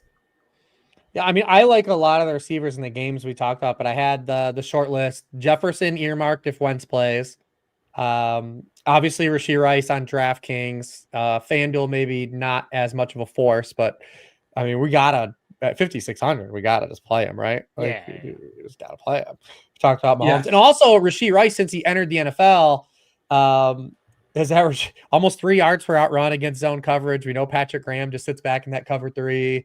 So it is set up for, and we saw when Worthy came back, like they just used Worthy. So like I think if he's healthy, like he's good, like we assume he's healthy. He had these extra weeks to ramp up. He was already playing the preseason. Like I think they're gonna have something for him. I talked about Sutton because the man coverage stuff, right? Like all the man coverage that the Giants are running, and they face some big body dudes like Sutton. AJ Brown should have had a monster game on Sunday night. Man, he had 73 yards at halftime, but George Pickens, 70 yards at a touchdown. Quentin Johnson, 98 yards at a touchdown. Like him a lot. And then still Jalen Waddle, I think, is underpriced too, for sure. That one will be like permitting like how bad like this weather is supposed to look. But Browns, it's an interesting matchup for the dynamic that the Browns give up a ton of production against quarterbacks that get rid of the football and are quick processors. And it's like really, I don't know if you want to like necessarily label to a quick processor, but like the offense is predicated on just like we're getting the ball out of Tua's hands as quickly as possible. On throws within 2.5 seconds of the snaps, the Browns are 31st in quarterback rating allowed. This is why they had a lot of trouble with Aaron Rodgers last week. 30th in yards per pass attempt allowed. And then on throws where quarterbacks hold the ball longer, they actually have the second lowest yards per pass attempt allowed, and they go to 9th in quarterback rating. Tua, 52% of his throws are within 2.5 seconds. You're not going to play Tua. That's not like an endorsement of Tua because he just doesn't have the ceiling, but they've given up these production to these wide receivers. DK had 95 and a touchdown and should have had like 150 and 2 touchdowns. Tyson, it was funny because Tyson Campbell got beat for a touchdown, and literally seconds later, Greg Newsome got bit by for a touchdown. It's like, oh, we just swapped these dudes. They both gave up touchdowns, but Amon-Ra 70 and 2 touchdowns against the Browns. Justin Jefferson 7 for 123.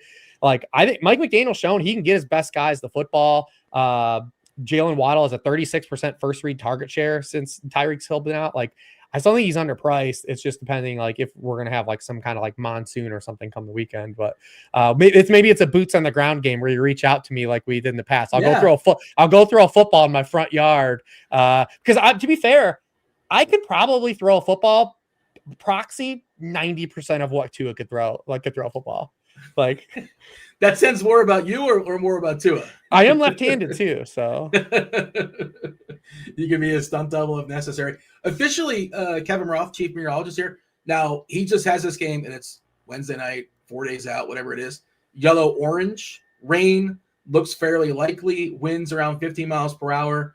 I know Rich, you said pre-show you saw potentially a dicier situation. Just keep an eye on it. And yeah, I'm not. Yeah, I'm not. It's just something to. Yeah, no, I know. I'm just making sure. Yeah, and I don't know. I generally don't freak out over weather, unless we're talking about wind. Wind is a big issue. A monsoon certainly is something too. But someone in the chat mentioned Judy. I kind of thought about him for a second as like leverage because Judkins and Fannin are going to be so popular. He had a knee injury too, so I was just trying to keep tabs on it. So it'll be interesting if we get there because he did have like a lot of targets last week. And again, the Dolphins. Everyone kind of gets there on them too. They're the Cowboys, the other Cowboys defense. They're the Miami Dolphins, who have allowed opponents to score on 60% of possessions. We'll see that challenged by the Cleveland Browns, who the Browns haven't scored more than 17 points in it's an NFL record, right? The streak. Like I heard it somewhere. Was it 18, 19 games or something like that? I can't remember the official number. I did hear somebody say it. This matchup this week, but the Miami Dolphins are 32nd in passing EPA and 31st in rushing EPA. Wow, like gosh, when you talk about that, you can fit Barkley, JT, and Jefferson if you play Gabriel, Fannin. I'm not playing Gabriel and Jerry. I'm just saying you can't fit those guys if you play Gabriel and Fannin. Yeah. But Judy was kind of in my. Judy was on my initial pass, and then I saw him miss practice. So I was just like, I did. Anything else? I know you mentioned Sutton. Did you give all the stats on Sutton, Hribar? Or you just kind of I just kind of ran through it. I know you ran them off. Chad also mentions Tet McMillan, but also we're in a situation where, and again, he got there. He had 2 end zone targets, converted both of them into touchdowns last week finally. But it's the same situation we've talked about where wide receiver 2s get there against the Jets. Not the wide receiver 1, although there is no wide receiver 2 in Carolina. No, Jalen Coker's back, baby. He did practice in full on Wednesday. Cokeheads, they said he's playing. Wide receiver 1 targets against the Jets have the second fewest targets per game for wide receiver 1s in the NFL. I think if the field because we finally martingaled Tet a little bit, but I feel like we just getting those 2 touchdowns on those 3 catches, I felt like such a relief. It's like I'm not going back again. Okay. Tight ends. Let's close strong here. Rich, you're going to open up the tight ends. Who have we not yet discussed? I mean, I think we touched a little bit on everyone, right? Like we talked about McBride as a pay up dude if there's no Marv, just an immense target share. Also, he gets all that play action stuff goes to him. He's number 1 in the NFL in target share on play action passes.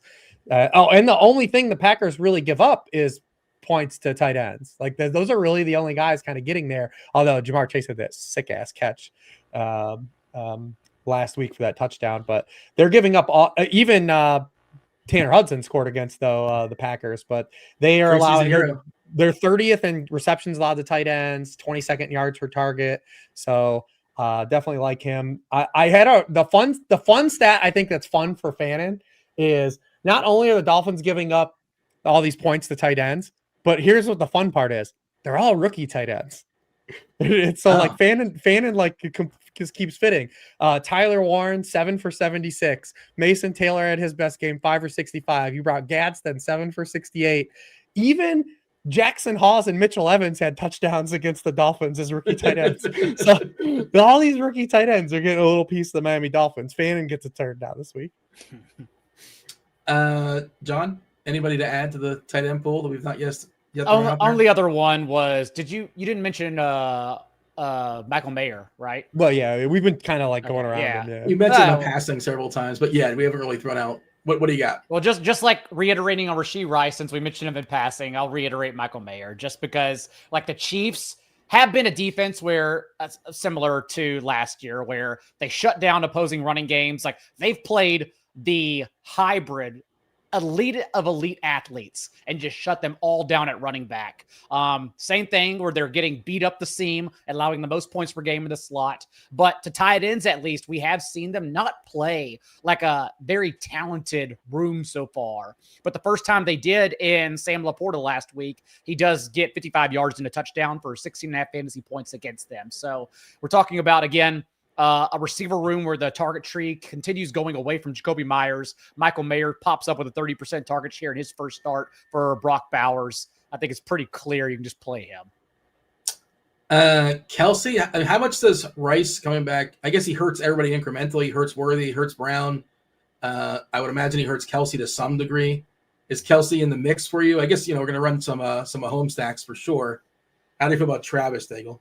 Gosh, so we're talking about Mahomes, Worthy, Rice, and Kelsey, and then you flex Mayer. You can do that. Yeah, you're going to need 4 touchdowns out of Mahomes. We're trying to play like 7 tight ends in the slate. We need to stop talking about other tight ends. When is National Tight End Week? Did we pass it? Is it? I think it's this week. I think it's this week. No way, is it? Yeah. You got to be kidding me. I think George Kittle's coming back on National Tight Ends Week. Yeah. Oh my, there it is. The circle is complete, man. Like, if you guys watch Red Zone, you would know they mention it all the time. Let's see, the 4th Sunday of October, National Tight End. Let's see, celebrated. That's not this. It's next week. Then. So that's according to AI. I just gave a quick Google search. Apparently, it's the 4th Sunday of October. Okay, okay. Well, that would be next week then. Yeah. But I will say, usually we're against not against pushback on the double tight end because usually the double tight end stuff is like it's always just like some cheap guy. But the thing is like these guys are wide receivers. Yeah. Like Trey McBride. If you're being able to fit Trey McBride in, what is Trey McBride's price on DraftKings? 5.7. And what are the other wide receivers you would want to play at 5.7? Like Trey McBride can beat all these guys. Yeah. Well, and the other part of it is you're running these 2 tight ends. And typically when you do that, it's because you want to spend up on Puka and CMC, like 2 guys that are going to give you like 35. And okay, we like Taylor. Well, like you said, the running backs is the pushbacks. I think it is a good running back slate. Yeah. So it's the opportunity cost. But even if you get 15 points out of Fannin, which is technically pretty good, right? It's not. But you're right. If it was a flex spot, like there's no way I would ever play like Zacchaeus over Fannin or Mayer. No. Right. No, of course not. All right. Let's give the people your favorite stack on a Wednesday night. We'll shut it down. We'll talk about our movies. Have the people hit the like button. Hopefully YouTube has come back. If not, you guys are watching us on the replay. If nothing else, watching us on all the other platforms. But On a Wednesday night, Hribar, you want to give me your favorite game stack, favorite team stack, favorite skinny, however you want to answer that question. What do you got for me? I mean, Cowboys, Washington, Onslaught. My favorite, probably just individual mini, is Jacobs McBride, and then my gross mini, if Carson Wentz plays, Saquon and Justin Jefferson. If Carson Wentz plays, we're interested, which is a funny sentence in 2025. Daigle, what do you got? See that and raise it. Yeah, Mahomes on slots with Mayer. Gosh, man. Obviously, Cowboys Commanders on slots. And then I think well, no, I mentioned Jalen Hurts. I like Caleb Williams and Jalen Hurts too. I'm not sure which one I like more. Mm-hmm. Okay. Daigle, tell the people where they can find you. Man, what if Dylan Gabriel takes down Liam Neeson? No, that's week 7. No, now you're tanking like What if- Hribar. You're just tanking. I don't want any Tanking charity. or trying. You can't tell the difference at this point. Wait, I still be scored a lot of appropriate. points though. Decent. I had a JSN BTJ stack in there too. Like I had legit plays. You played Calvin Ridley, right? And he got injured after 4 I did. snaps. Yeah, I played it too. was Not the that Cam bad. Ward. It was Cam Ward, Ridley, JT. The stack a little bit, but I had the I think my JSN team was BTJ pretty stack. good. Yeah, you had the JSN BTJ stack too, and I was like, God damn it, Dean! Like, Sorry. That was- I was all over on. I mean, I did well last week because I had so much more. I had no Puka. I played 0 Puka. I played all JSN and worked out. I We got played lucky. Kyron, no Puka. It was Darnold. I know in the larger field, it was Darnold with Cooper Kupp also tagged along with JSN, but it was all Darnold, JSN, BTJ. Like that was. And I had a sweet hit on BTJ plus JSN to have over 200 combined receiving yards, which was a hot one. What was that? Like 3-1, 250? Oh no, it was like 5-1. Yeah, if you ever Really? DraftKings does my one buddy Scott, who Daigle met, put me onto these combo yardage, because you don't need the individual players to get there. It's just a combination of yards. But man, these have been like a hotbed so far. to open up, JSN nearly had all of it himself in the first half. Thursday night, I had AJB and Devontae Smith over plus 125 just combined, and that one hit too. I've had it every week. They've been good ones. I like those a lot. Yeah, that's a state-by-state thing. And I'm in Florida where it's a monopoly, and Hard Rock is not nearly as fun as the DK Sportsbook. Daigle, tell the people, where can they find all your fabulous content? Established2Run.com. The free stuff is available on the Established to Run podcast and YouTube channel, including today's rest of season top 150, where we even started reviewing trade questions a little bit more in depth, since basically a trade question is answered differently based on your roster, which is why it takes more big picture discussion. So we dove into it a little more, since there are a lot of like rookie running backs or players with upside or elite players who are injured you can get for cheap right now.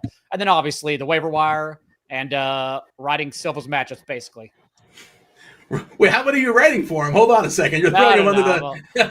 I'm only Is he slacking? I'm only at 4. With I get all the international games and primetime games, but the NFL is basically making every game primetime and international. So I'm just taking it's a on good move, but taking on Silva 4 was out of sharp like there. 13 per week, basically. Do you want to write any worksheets?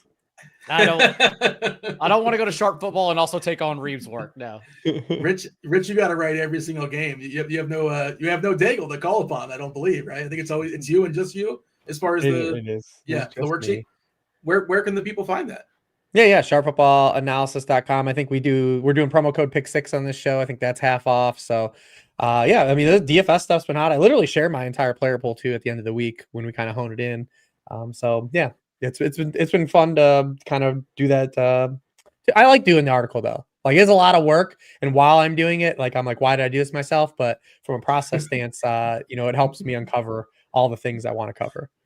You asked that question when you're breaking down like Jets, Browns games, things like that. Yeah, I would imagine that's. Oh yeah, when you open up, because I always start with the Thursday game because you need to put it out first. Yeah. When you open up Steelers Flacco versus Aaron Rodgers, I was just like, ooh. Get excited. That's going to be a fun one for sure. Do you All like right. this 3-person committee backfield the Steelers are trying to run with Kenneth Gainwell and Caleb Johnson? Like, oh.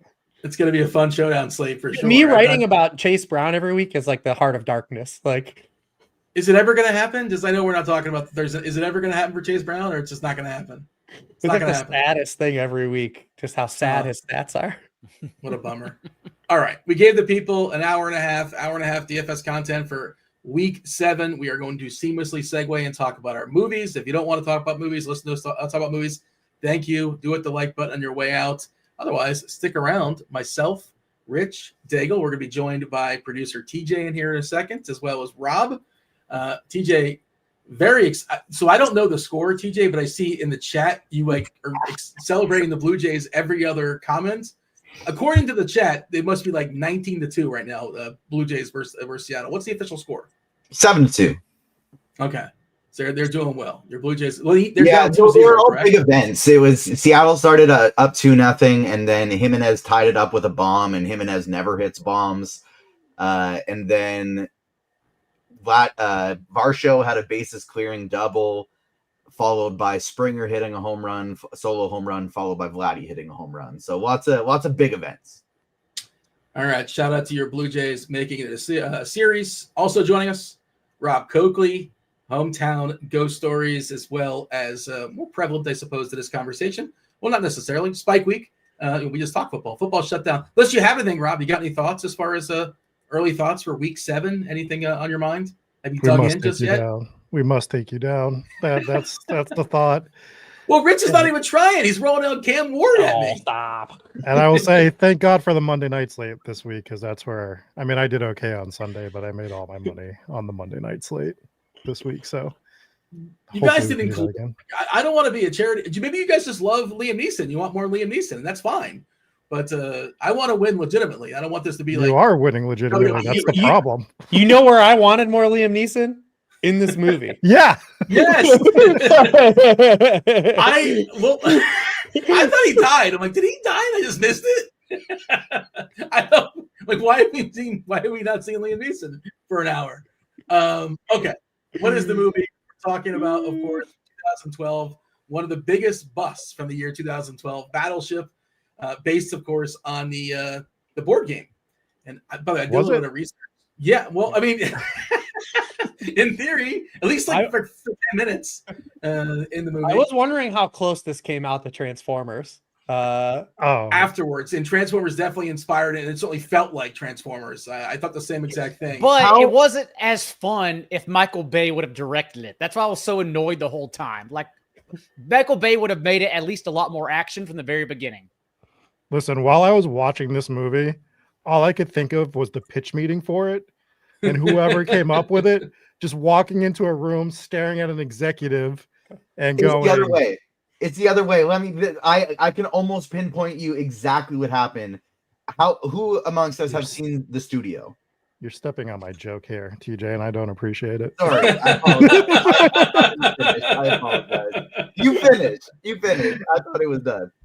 Just someone walking into an executive's office and been like, have you seen Transformers? Have you seen a Marvel movie? Have you seen Predator? Have you seen Liam Neeson? And then the guy just going, yeah, what's your pitch? And him just going, that's my pitch. I'm so positive that who amongst us have seen the studio? I've seen the first 3 or 4 episodes. I've not finished it, but I've thoroughly enjoyed it so far. So I won't spoil anything then, but like a through line is the execs got the IP for Kool-Aid. Yeah. And so they really want to make a Kool-Aid movie.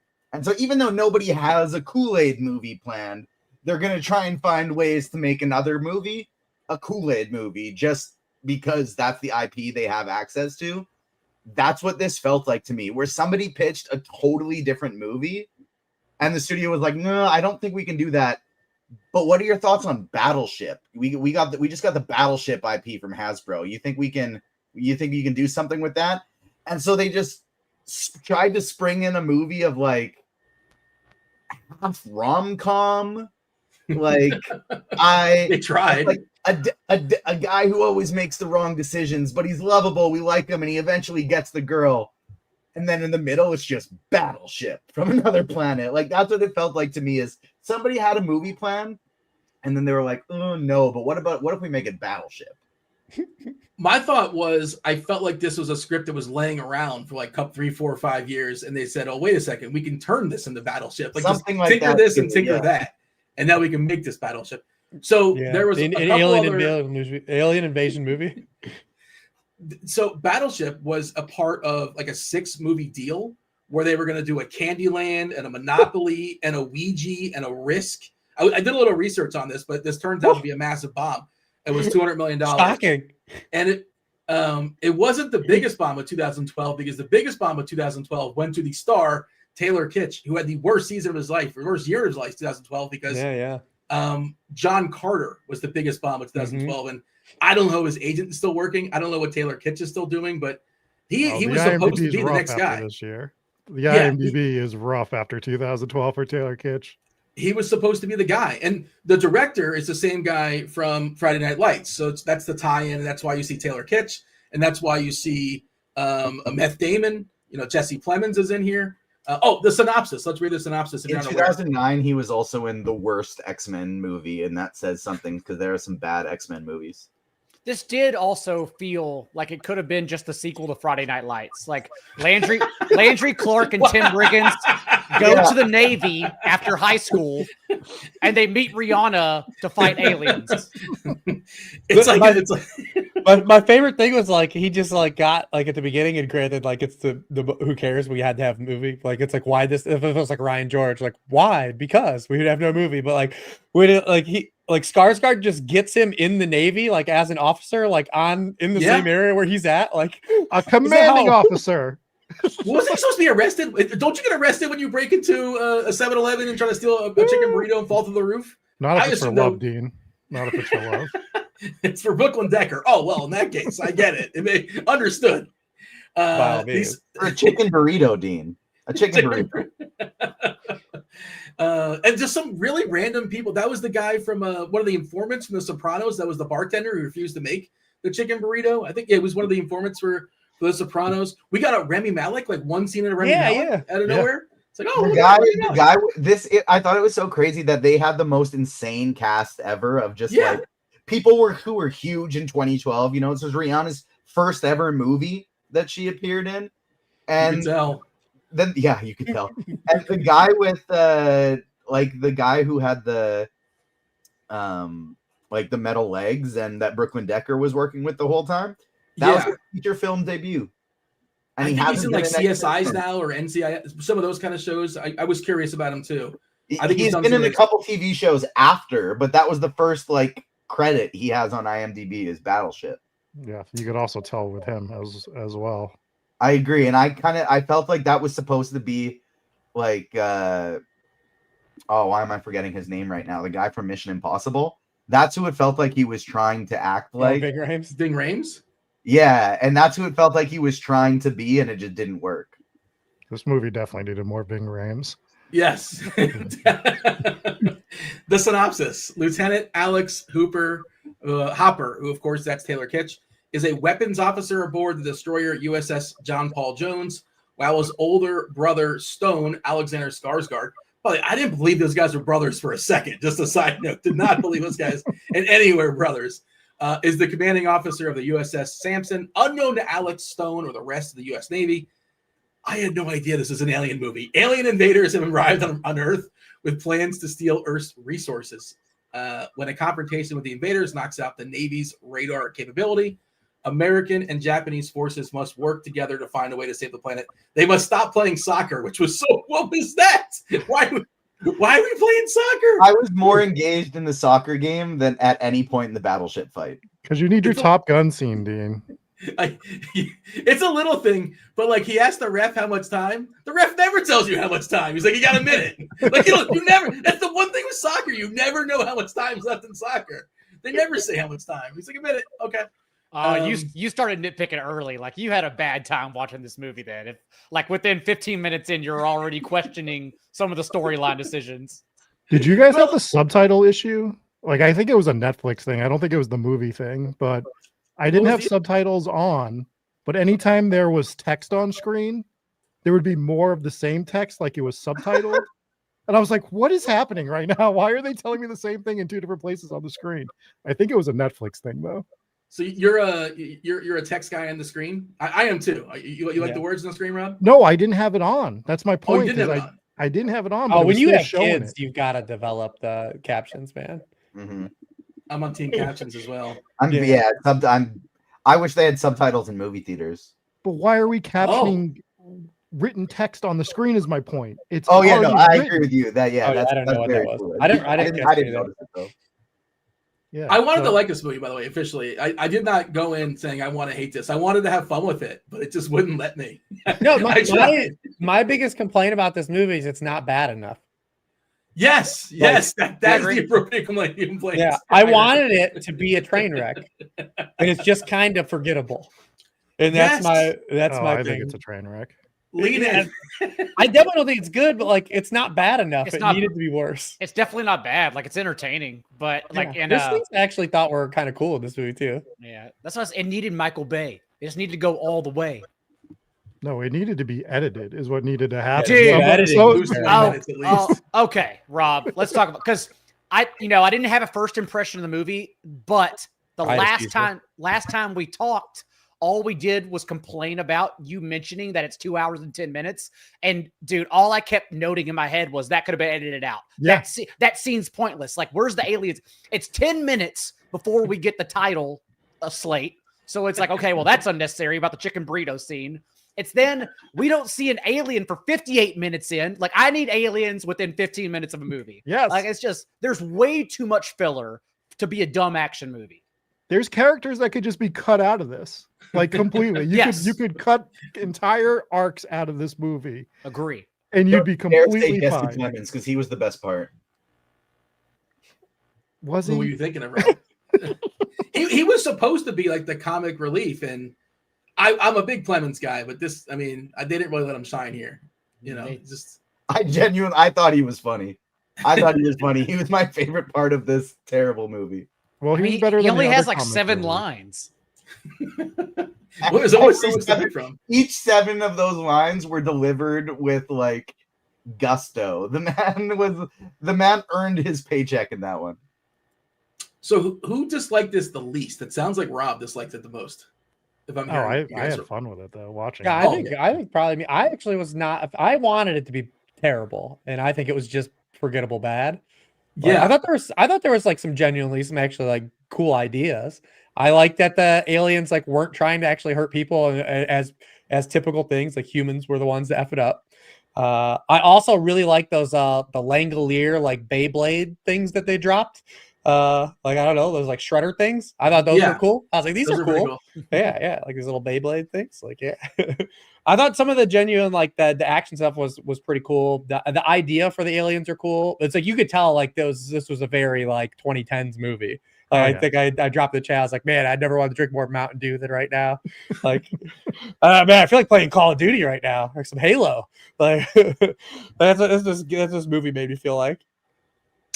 Yeah, was about 15 minutes in though. I sort of felt like, okay, this guy's going to be the Randy Quaid, of the Independence. I kind of felt like what's the character's name? TJ, you said it was his first movie with the metal rod. I don't remember the name. Yeah, but you sort of felt like that guy was going to make some kind of big sacrifice. Although he ended up living, I thought he was going to be for sure one of the sacrificial lambs. That's not the way it played out. Yeah. So, and the whole movie I was waiting for. When are they going to say you sunk my battleship? Like they have to say that it's they're going to say this. And it was like an hour and 50 minutes in. One of the an old guy I think snuck it in. The old guys were cool. The old guys are cool. I thought I appreciate the thought. I had to Google that old guy scene that was like, is this a remake and this is the entire old cast? Like the way they were presenting it was like it was some Avengers Assemble moment, and I was supposed to know who these guys were as if it was paying something off. I'm guessing they were legit like back in the day. I don't know, but I would imagine. I meant to Google that too. But I imagine those from the beginning of the movie. Nothing came up when I Googled it. They were at the beginning of the movie. They were the ones getting awarded. Yeah. That's your payoff.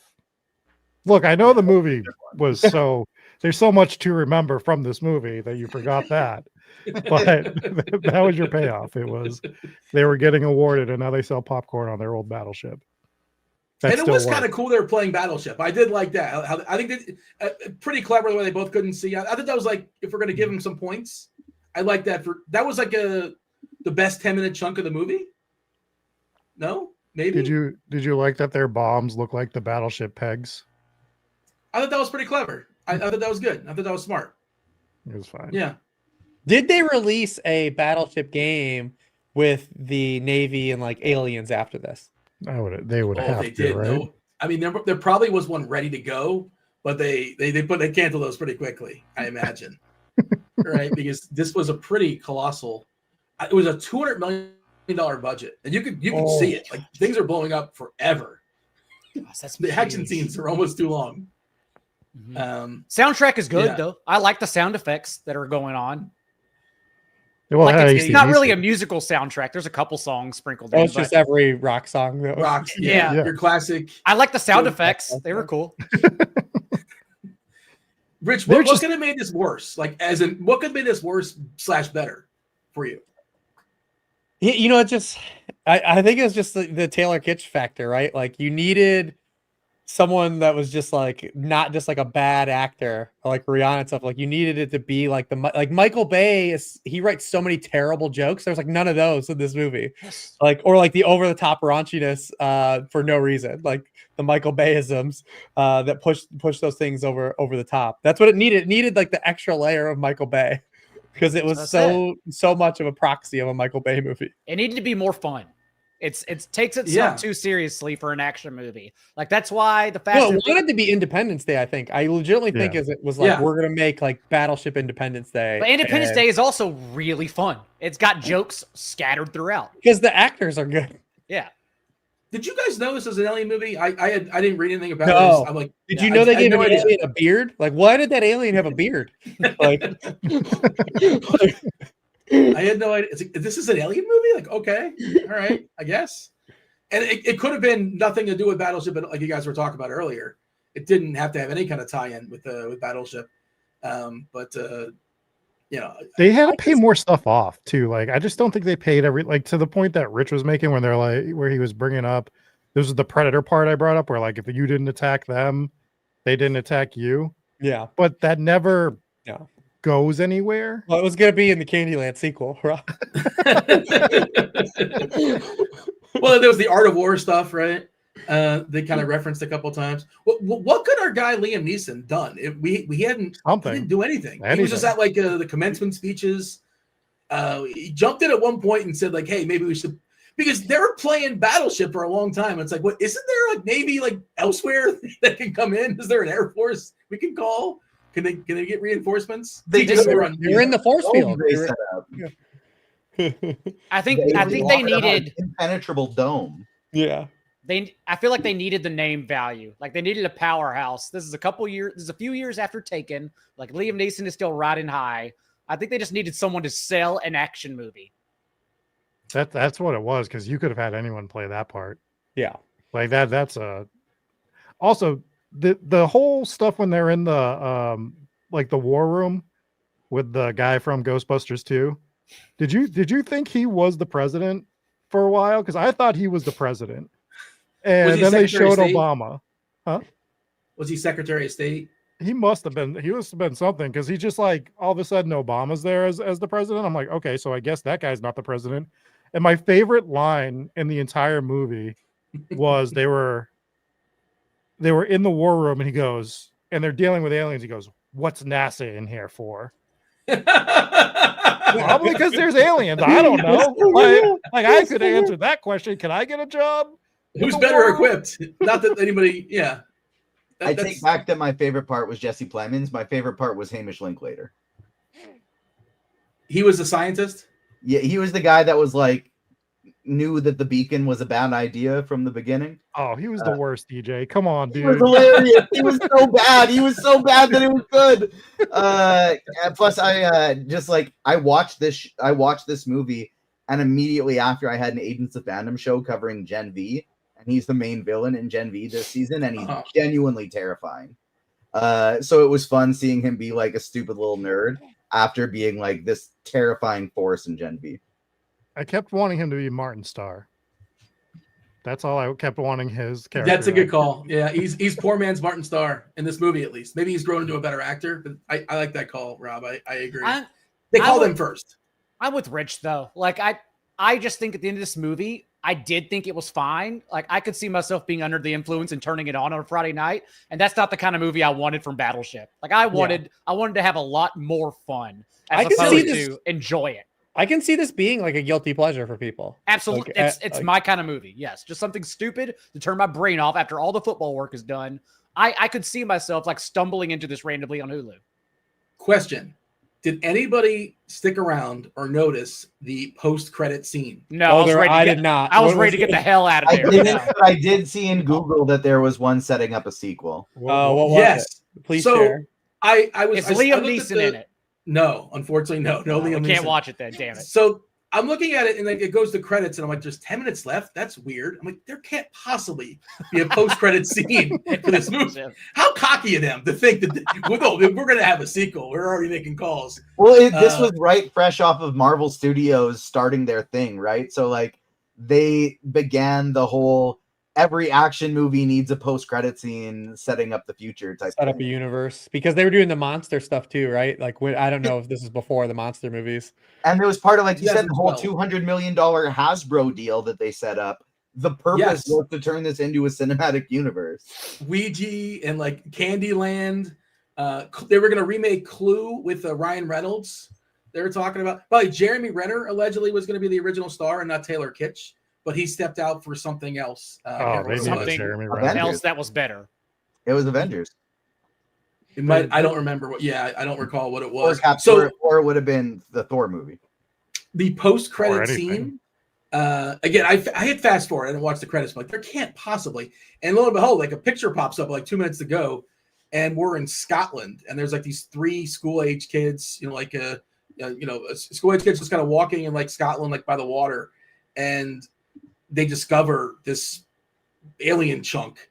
And their father or someone they know kind of opens it up, and it's kind of like a tease, but like you see like one of the aliens is alive, like their hand is like moving, and like that's so like there's more if you want it, but nobody wants and then it. Matt Saracen showed up and threw a football at it because he was actually studying abroad after high school, so that's a sequel.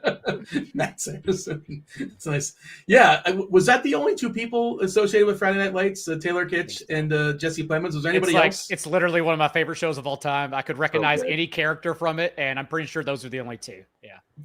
You're going to get mad at me, Daigle. So I watched that show. I binged that show afterwards. I watched all 5 seasons, 6 seasons, whatever it is, with the exception of the penultimate and the finale. I've never seen the last 2 episodes. It ends well. They shut it down. I don't know why I didn't finish it. There's something happened and I just never went back to it. The worst season is the Landry Clark, the rape scene one, because they had a writer's strike. And so they had to write themselves out of the show. And so that's why it's like shorter and not good. But dude, the other seasons, I swear by it. It's one of the best shows ever created.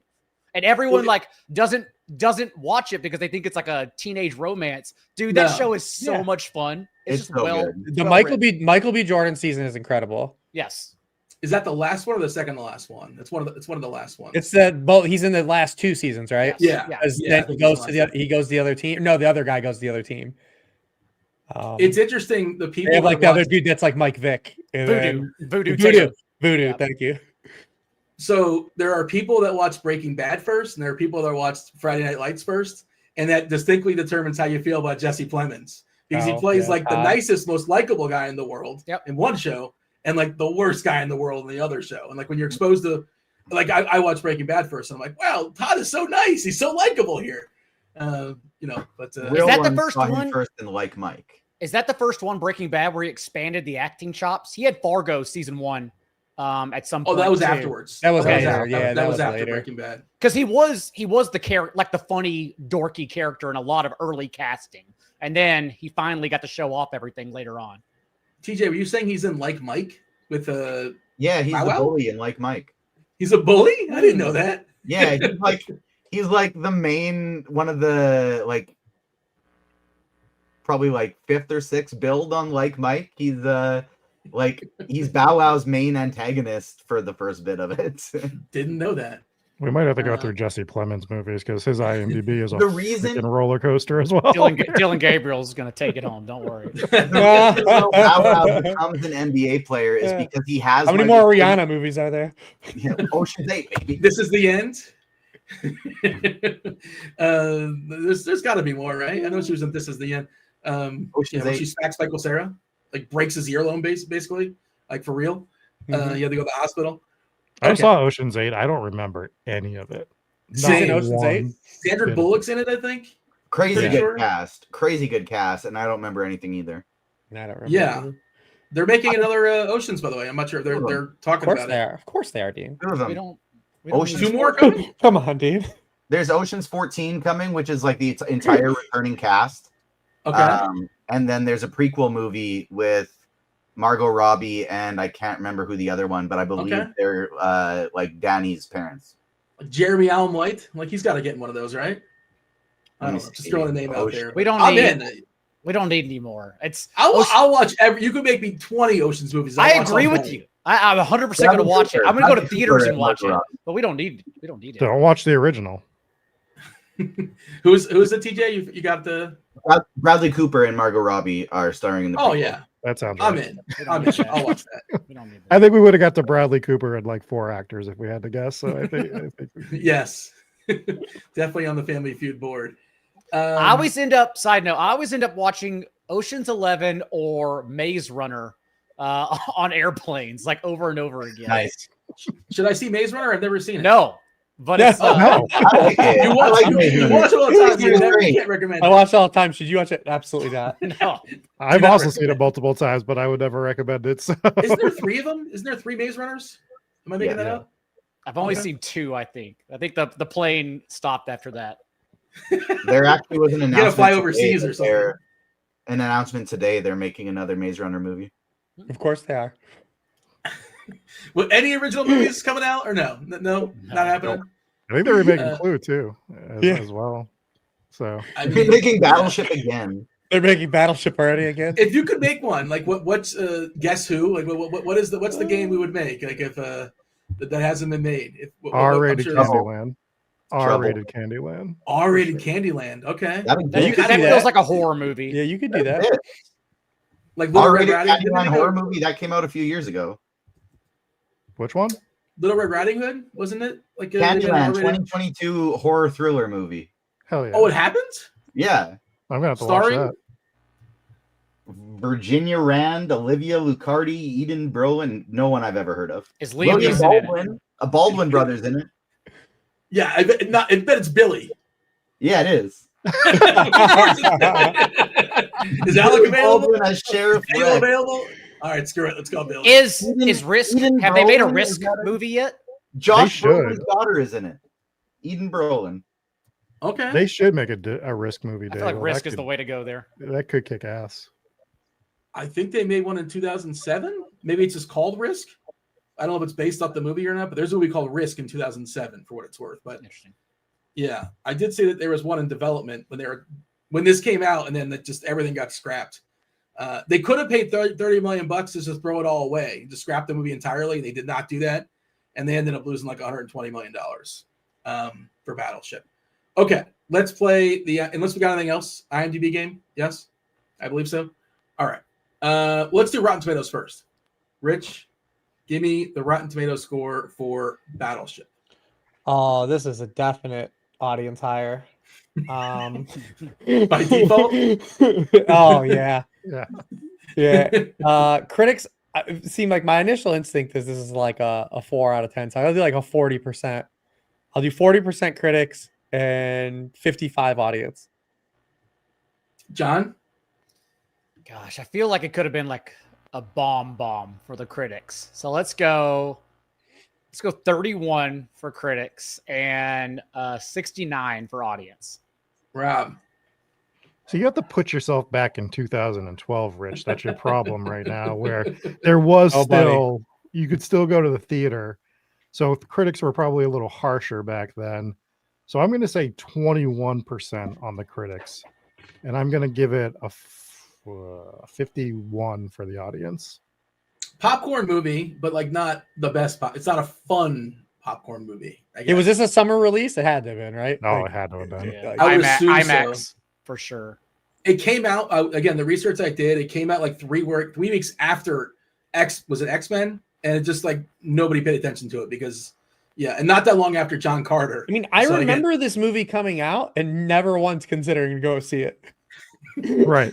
That's what most people remember Battleship. TJ, what's your number? I'll go 32% critics, 55% audience. Oof. TJ, you danced all around it. 33% from the critics, 224 critics, 33%. I know Rich was right there too. I think John was there too. I had 31. Yeah. Yeah, that's why 54. I went 32 is because I was originally going to go 31. 54% from the audience. Ah. And I think John was close too on that. 69. I had 51. Okay. Yeah, Rob, it might have been closest to We're the all pin. over it. TJ, 1 through 10, IMDb score for Battleship. 5.1. Rob? 5.8. Daigle. 3.9. Rich? I was gonna say 5 flat, so now I gotta say 5.2.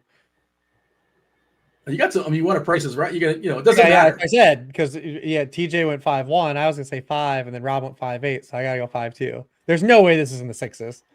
It's just a formality because Rob binked it. It's a 5.8. Rob nailed it. There you go. It's only because you did Rotten Tomatoes first. I just based it off of that. Yeah. I'm sure there's math. There's got to be a formula to figure it out. All right. So let's put a score on it. We'll talk about a movie we're going to do in just a second. TJ, do you have a superhero for me to put a grade on Battleship? Yeah, I do. I'm starting to regret this being my bit because it's making me have to choose like I like it when there's a fun movie because then I get to be creative. But when there's like a movie that I just want to give like a shitty rating, it's hard to have to come up with a superhero for it. Because there's no bad superheroes? There are, but like there's not that many that I have disdain for. It's like you follow the ones you like. So while I'm sure there are many that I would not like, I don't really know of them as well. But I'm going to go with Gorgon on this one for a couple reasons. Gorgon is a Inhuman. He's a cousin to the Queen, and he's got bull legs that look a lot like the dude's legs from that was the soldier who helped out Brooklyn Decker. And also, the Inhumans are a group that they have a small and passionate fan base, but they just got pushed by Marvel editorial for years from like one dude that is now no longer there. And he tried to inject the Inhumans into everything. There was a bombed movie turned TV series that was supposed to be part of the MCU, and it was so bad they were like, "Nah, never mind." Ramsey Bolton was in it, right? Yeah, and they were like, "Nah, never mind. We're just gonna get rid of this." And the Black Bolt from it ended up being in Doctor Strange and Multiverse of Madness, but they were pushing them in comics, pushing them in TV and Agents of S.H.I.E.L.D., pushing them in movies, and nobody wanted it. And that's kind of how I feel about the Battleship and board games as an IP. We don't got to turn any of these into movies. Like, do better. Come on, do better. And so Gorgon is my superhero. But I didn't realize I pulled up Taylor Kitsch's IMDb, and he basically like went away. Yeah, dude, like these 2 movies killed them. Like 2012, John Carter, Battleship. He came back in True Detective. Detective. Yeah. Season 2. Right? Which yes. also failed him. Yeah. Yes, another also thing that bad people didn't season of like. True Detective. Yeah. To be fair, he's not the worst part of that season, though. No, is which it is saying something. Colin Farrell? Well, Vince Vaughn's by far the worst character. Vince Vaughn just doesn't fit in that whole thing. It's like such a slapstick, like written like on the back of a napkin character. Like, there's nothing to that character. 21 Bridges in 2000. He just hasn't been working a lot. I don't know if that's by choice or what, but he's not. I don't think it's by choice, Dean. He's not done a lot, unfortunately. But he definitely has a sliding doors career. Like if he had a different agent and didn't choose these 2 movies in 2012. When I was watching this, I did have the thought, like after he got his haircut and he was in Navy mode, I had the thought with like a couple of the lines he delivered, they wanted this to be Channing Tatum, and he said no. Maybe, yeah, maybe. I don't know who they went through, but the thing I saw, the research I saw, like, winner was called. They Yeah. were Channing Tatum would have been like, that's kind of who I felt like this was written for. I can see that, or maybe Peter Berg just pushed for him because he knew him from Friday Night Lights, which is possible. Hey, I love Taylor Kitsch. Bring him back. Bring him back. Give me more Tim Riggins. Well, that's the thing, is he peaked with Tim Riggins, and like ever since then. Did you know he was on Snakes on a Plane? I didn't know that. Did you hear they're making a new Friday Night Lights? I heard that. Yeah, I assume it's a reboot. I just made that. I just. Oh, is it? I think it's true. I think you're right. Probably is. I'm pretty sure you're right. I think you're joking. Well, you are joking. Yeah, it was. But I'm pretty sure this is actually true. All right, Rob, 1 through 5. What do you got? I'm gonna give this a 2 flat, and I think if I find the time, which would not be until after October, I might try to recut this movie myself and see if I can make a better version of this movie. You could make it 70 minutes. I guarantee. I bet I can. I mean, look at what oh my God, who's the guy from That 70s Show? The main guy there. No, not Ashton Kutcher. No, the main Topher Grace. He recut the original 3 Star Wars down to like 2 or 3 hours total, and everyone said it was amazing. He could just never show it to anybody. Like he can't show it publicly. So I think I could cut this movie down to 60 minutes, 65 minutes, and I think I can make it a better movie. Could you give us more Liam Neeson somehow in 60 and like cut it down to 60 minutes? Is that possible? Per capita. There is a Friday Night Lights reboot coming from the same creators, same creative team. Okay. And I think it is, my understanding is that it is a continuation with that, like in the same universe, not a restart, in the same universe, but with all new characters, nobody returning. In the interview, Taylor Kitsch was asked about the reboot, and he said, I was asked to do it. Yeah, I'm not going back. No. If you wanted to put me on as a visiting coach with 2 lines, I would probably do that just for fun. But I think that that would be the most I would do because I love the way we left it. What I'm seeing is the new series is a complete reinvention of the show, focusing on a new high school football team in the aftermath of a devastating hurricane. The original cast will not be returning, though Taylor Kitsch has said he was asked to appear in a single episode. Yeah, so there you go. It's Peter Berg's going to be involved. So Coach Taylor's going to be on the other side in one of those episodes for sure. 100%. First season, they bring him out first season, or they hold him back for like a cliffhanger or something. Saracen's he'll be at the back. end. I don't know who that dude is. He's coming back though. They'll like hype up a team that's like they can't be beat. They're so good, and they won't show the coach all year, and then they'll play him in the season finale, and it'll be him on the other sidelines. Yeah. Michael B. Jordan way too big. Jesse Plemons Also, way too big to get involved. Yeah, they're not getting involved. All right. Hal Tyler is busy. He's Hal Jordan. He's Green Lantern. Well, there you go. Yeah, they have to have a new cast. Daigle, I need a wrestler. Obviously, it has to be a wrestler that in the past, like the theme of Battleship, has played football. So I am going to a failed one, since this movie is not funny. It is action. So we need a guy like a banger who runs around, but also really just failed in that kind of role. And so this movie is Mojo Rawley. Oh, that's Gronk's buddy, right? That is Gronk's like best friend. Yeah. Huge agent now. I thought you were going Bill Goldberg. That's where I thought you were going, but that's too much of a blockbuster. No. Yeah, too good. And Brock Lesnar, same deal. He was for the Vikings, but way too good. Yeah. Mojo Rawley, absolutely not good. Battleship. Did Mojo Rawley play at all in the end, or he's a college guy? I don't know if he played in the NFL or not. He at least played college football. I don't know if he played in the NFL. I think he was like practice squad stuff, if I remember correctly. But yeah, he's a huge agent now. Rob, this is where I ask you. You play both roles. Do you approve of Daigle's wrestler? Do you have one that you would prefer to have seen? I'm glad he didn't go with the obvious one, which would have been Tugboat. I thought that's where we might God. have Oh, that's a good I remember one. What a Tugboat. fail. Yeah. Oh my That's a god. good answer. That is a That's the really real good answer. Tugboat. Actually, for the first time, Rob may have beaten me out on this one. Yeah. Tugboat was also Earthquake, right? The same guy. No, they were the they were together though. They were teammates. Yes. yeah, they were the natural Okay. disasters, obviously. Okay, my apologies. Yeah. Because he was Obviously. because that's when he became Typhoon. So it was Earthquake and Typhoon, and they That's were what the I was natural getting. Yeah. disasters. Okay. Which, There by you the go. way, great bit. Great bit. He was also the Shockmaster. If you Not ever want to see great anything, amazing. One of the most famous like botches of all time. Yes. Give that a Google. Yeah. Yeah, that's a good answer. I do like Tugboat. All right. We have just Rich. Well, no, me. I'll give I'm right there with Rob. I wanted this to be more fun. I wanted to have fun with it. I was open-minded to it, but I rate it out of 100 and I'll give it a 40. Like, and yeah, it should have been shorter. It should have been more fun. There should have been more Liam Neeson. Should have been funnier. Should have been worse. All right. Rich, what do you got? Yeah, so this movie was expensive. Was it good? I would say no. Do some people think it's probably good? Yeah, they might enjoy it. But is it as bad as people say? I don't know either. So I think this is Jermaine Gresham.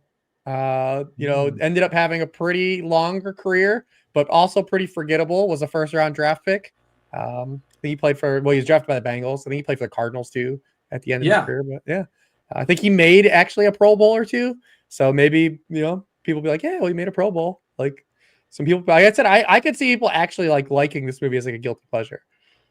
Yeah, your tight end selection. Of course, you always give a score of a tight end. Jermaine Gresham, drafted in the year 2010 by the Bengals, first round, 21st overall. His best career season was he got 737 yards in 2012, 64 catches, 5 touchdowns. Probably from Dalton, I assume. Dalton had to be his quarterback, right? Does that make sense? Right. Then in 2011 had to be right. Yeah, had to be. I think so. To me, that sounds like Andy Dalton.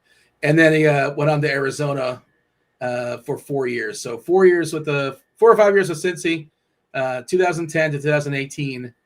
There you go. Jermaine Gresham. All right, let's move along. Let's assign another movie. I won our contest this week. The bit, of course, if you guys aren't aware, we have to stick to Liam Neeson movies. I did not put a ton of thought in this because I was on the Netflix, and when you're on Netflix and you're not on anything, not actually watching anything, they'll give you that screensaver that kind of it keeps moving and scrolling every 15 seconds. They say, hey, this is coming. Hey, that's coming. This is in your queue. You sure don't want to watch this? And it's a sign. I'm not a big sign guy, but this is a sign. The A-Team, Hannibal, of course. Liam Neeson plays Hannibal on the A-Team. It says coming Thursday. We're doing this show on a Wednesday night. It's going to be on Netflix in like an hour and 45 minutes. Oh, stay up. Just stay up. Rich, restock your Mountain Dew, buddy. You're going to need it. And all the game fuel you need. Get some Code Red. It was in the fine print that if Dean won 6 weeks in a row like he has, then we actually have to stay up all together and watch this movie at 12:01 Eastern when it hits Netflix. RotoGrinders is gonna let us stream it. There's might be a copyright issue. You got to get your own copy. Just kind of watch along with us, I suppose. But unless you guys have any pushback on that, I don't. If you have any other thoughts, but you won't, buddy. I also have never seen it, so I haven't either. It's I've supposed. Seen it. I don't remember any of it. I think it's like can't be fun. Cooper movies. And Terry Crews is in it, right? No. It's Rampage Jackson. Rampage. Oh, Rampage. Okay. Yeah, who had he was like good. Bradley Cooper's in it though, right? Yeah. Yes. Okay. He's Face, I believe. Okay. Yeah. I remember this coming out too, and me saying I'm Mhm. not going to see that. I think I don't know this, but I think it's like supposed to be like fun and tongue in cheek and like supposed to be a good time. Yeah. I think, and of course, if you're old enough, you remember this was actually based on a TV show from the '80s, Mr. T. Yeah. So that's what we're doing. Is Mr. T in it? You know what? That's a good question. He All probably. right, well, let's find out. Let's find out. Yeah, I don't want to give it a Google. I want to go in cold. Yeah, I don't remember. I've seen it, and I literally don't remember. My assumption is there's cameos from all He's the gotta original be. guys. If there's one thing I don't want spoiled for me in advance, it's the A-Team. All right. We've kept the people for over 2 hours. We give them the warning. We always give them the warning. So that's it for football. We do appreciate you guys hanging out with us and talking a little bit of movies. Daigle and Hribar already told the people where to find them. TJ, where can the people find TJ's words? Quick shout out, go Blue Jays, 12-2 right now. We are back in the series.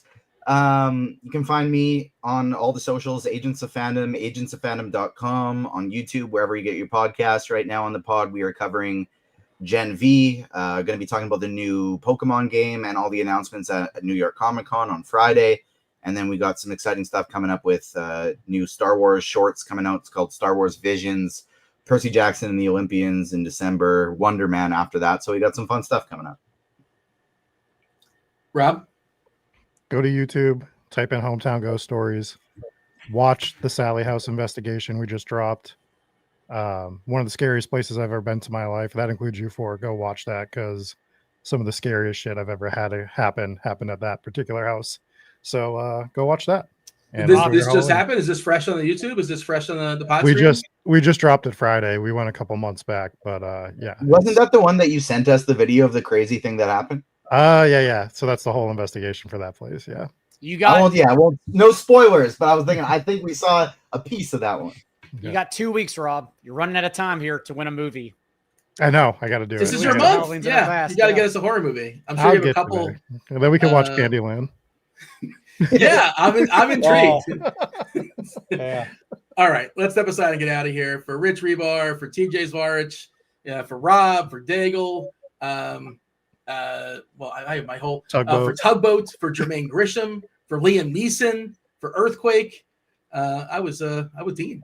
Go win something this week. We're out of here. Holler.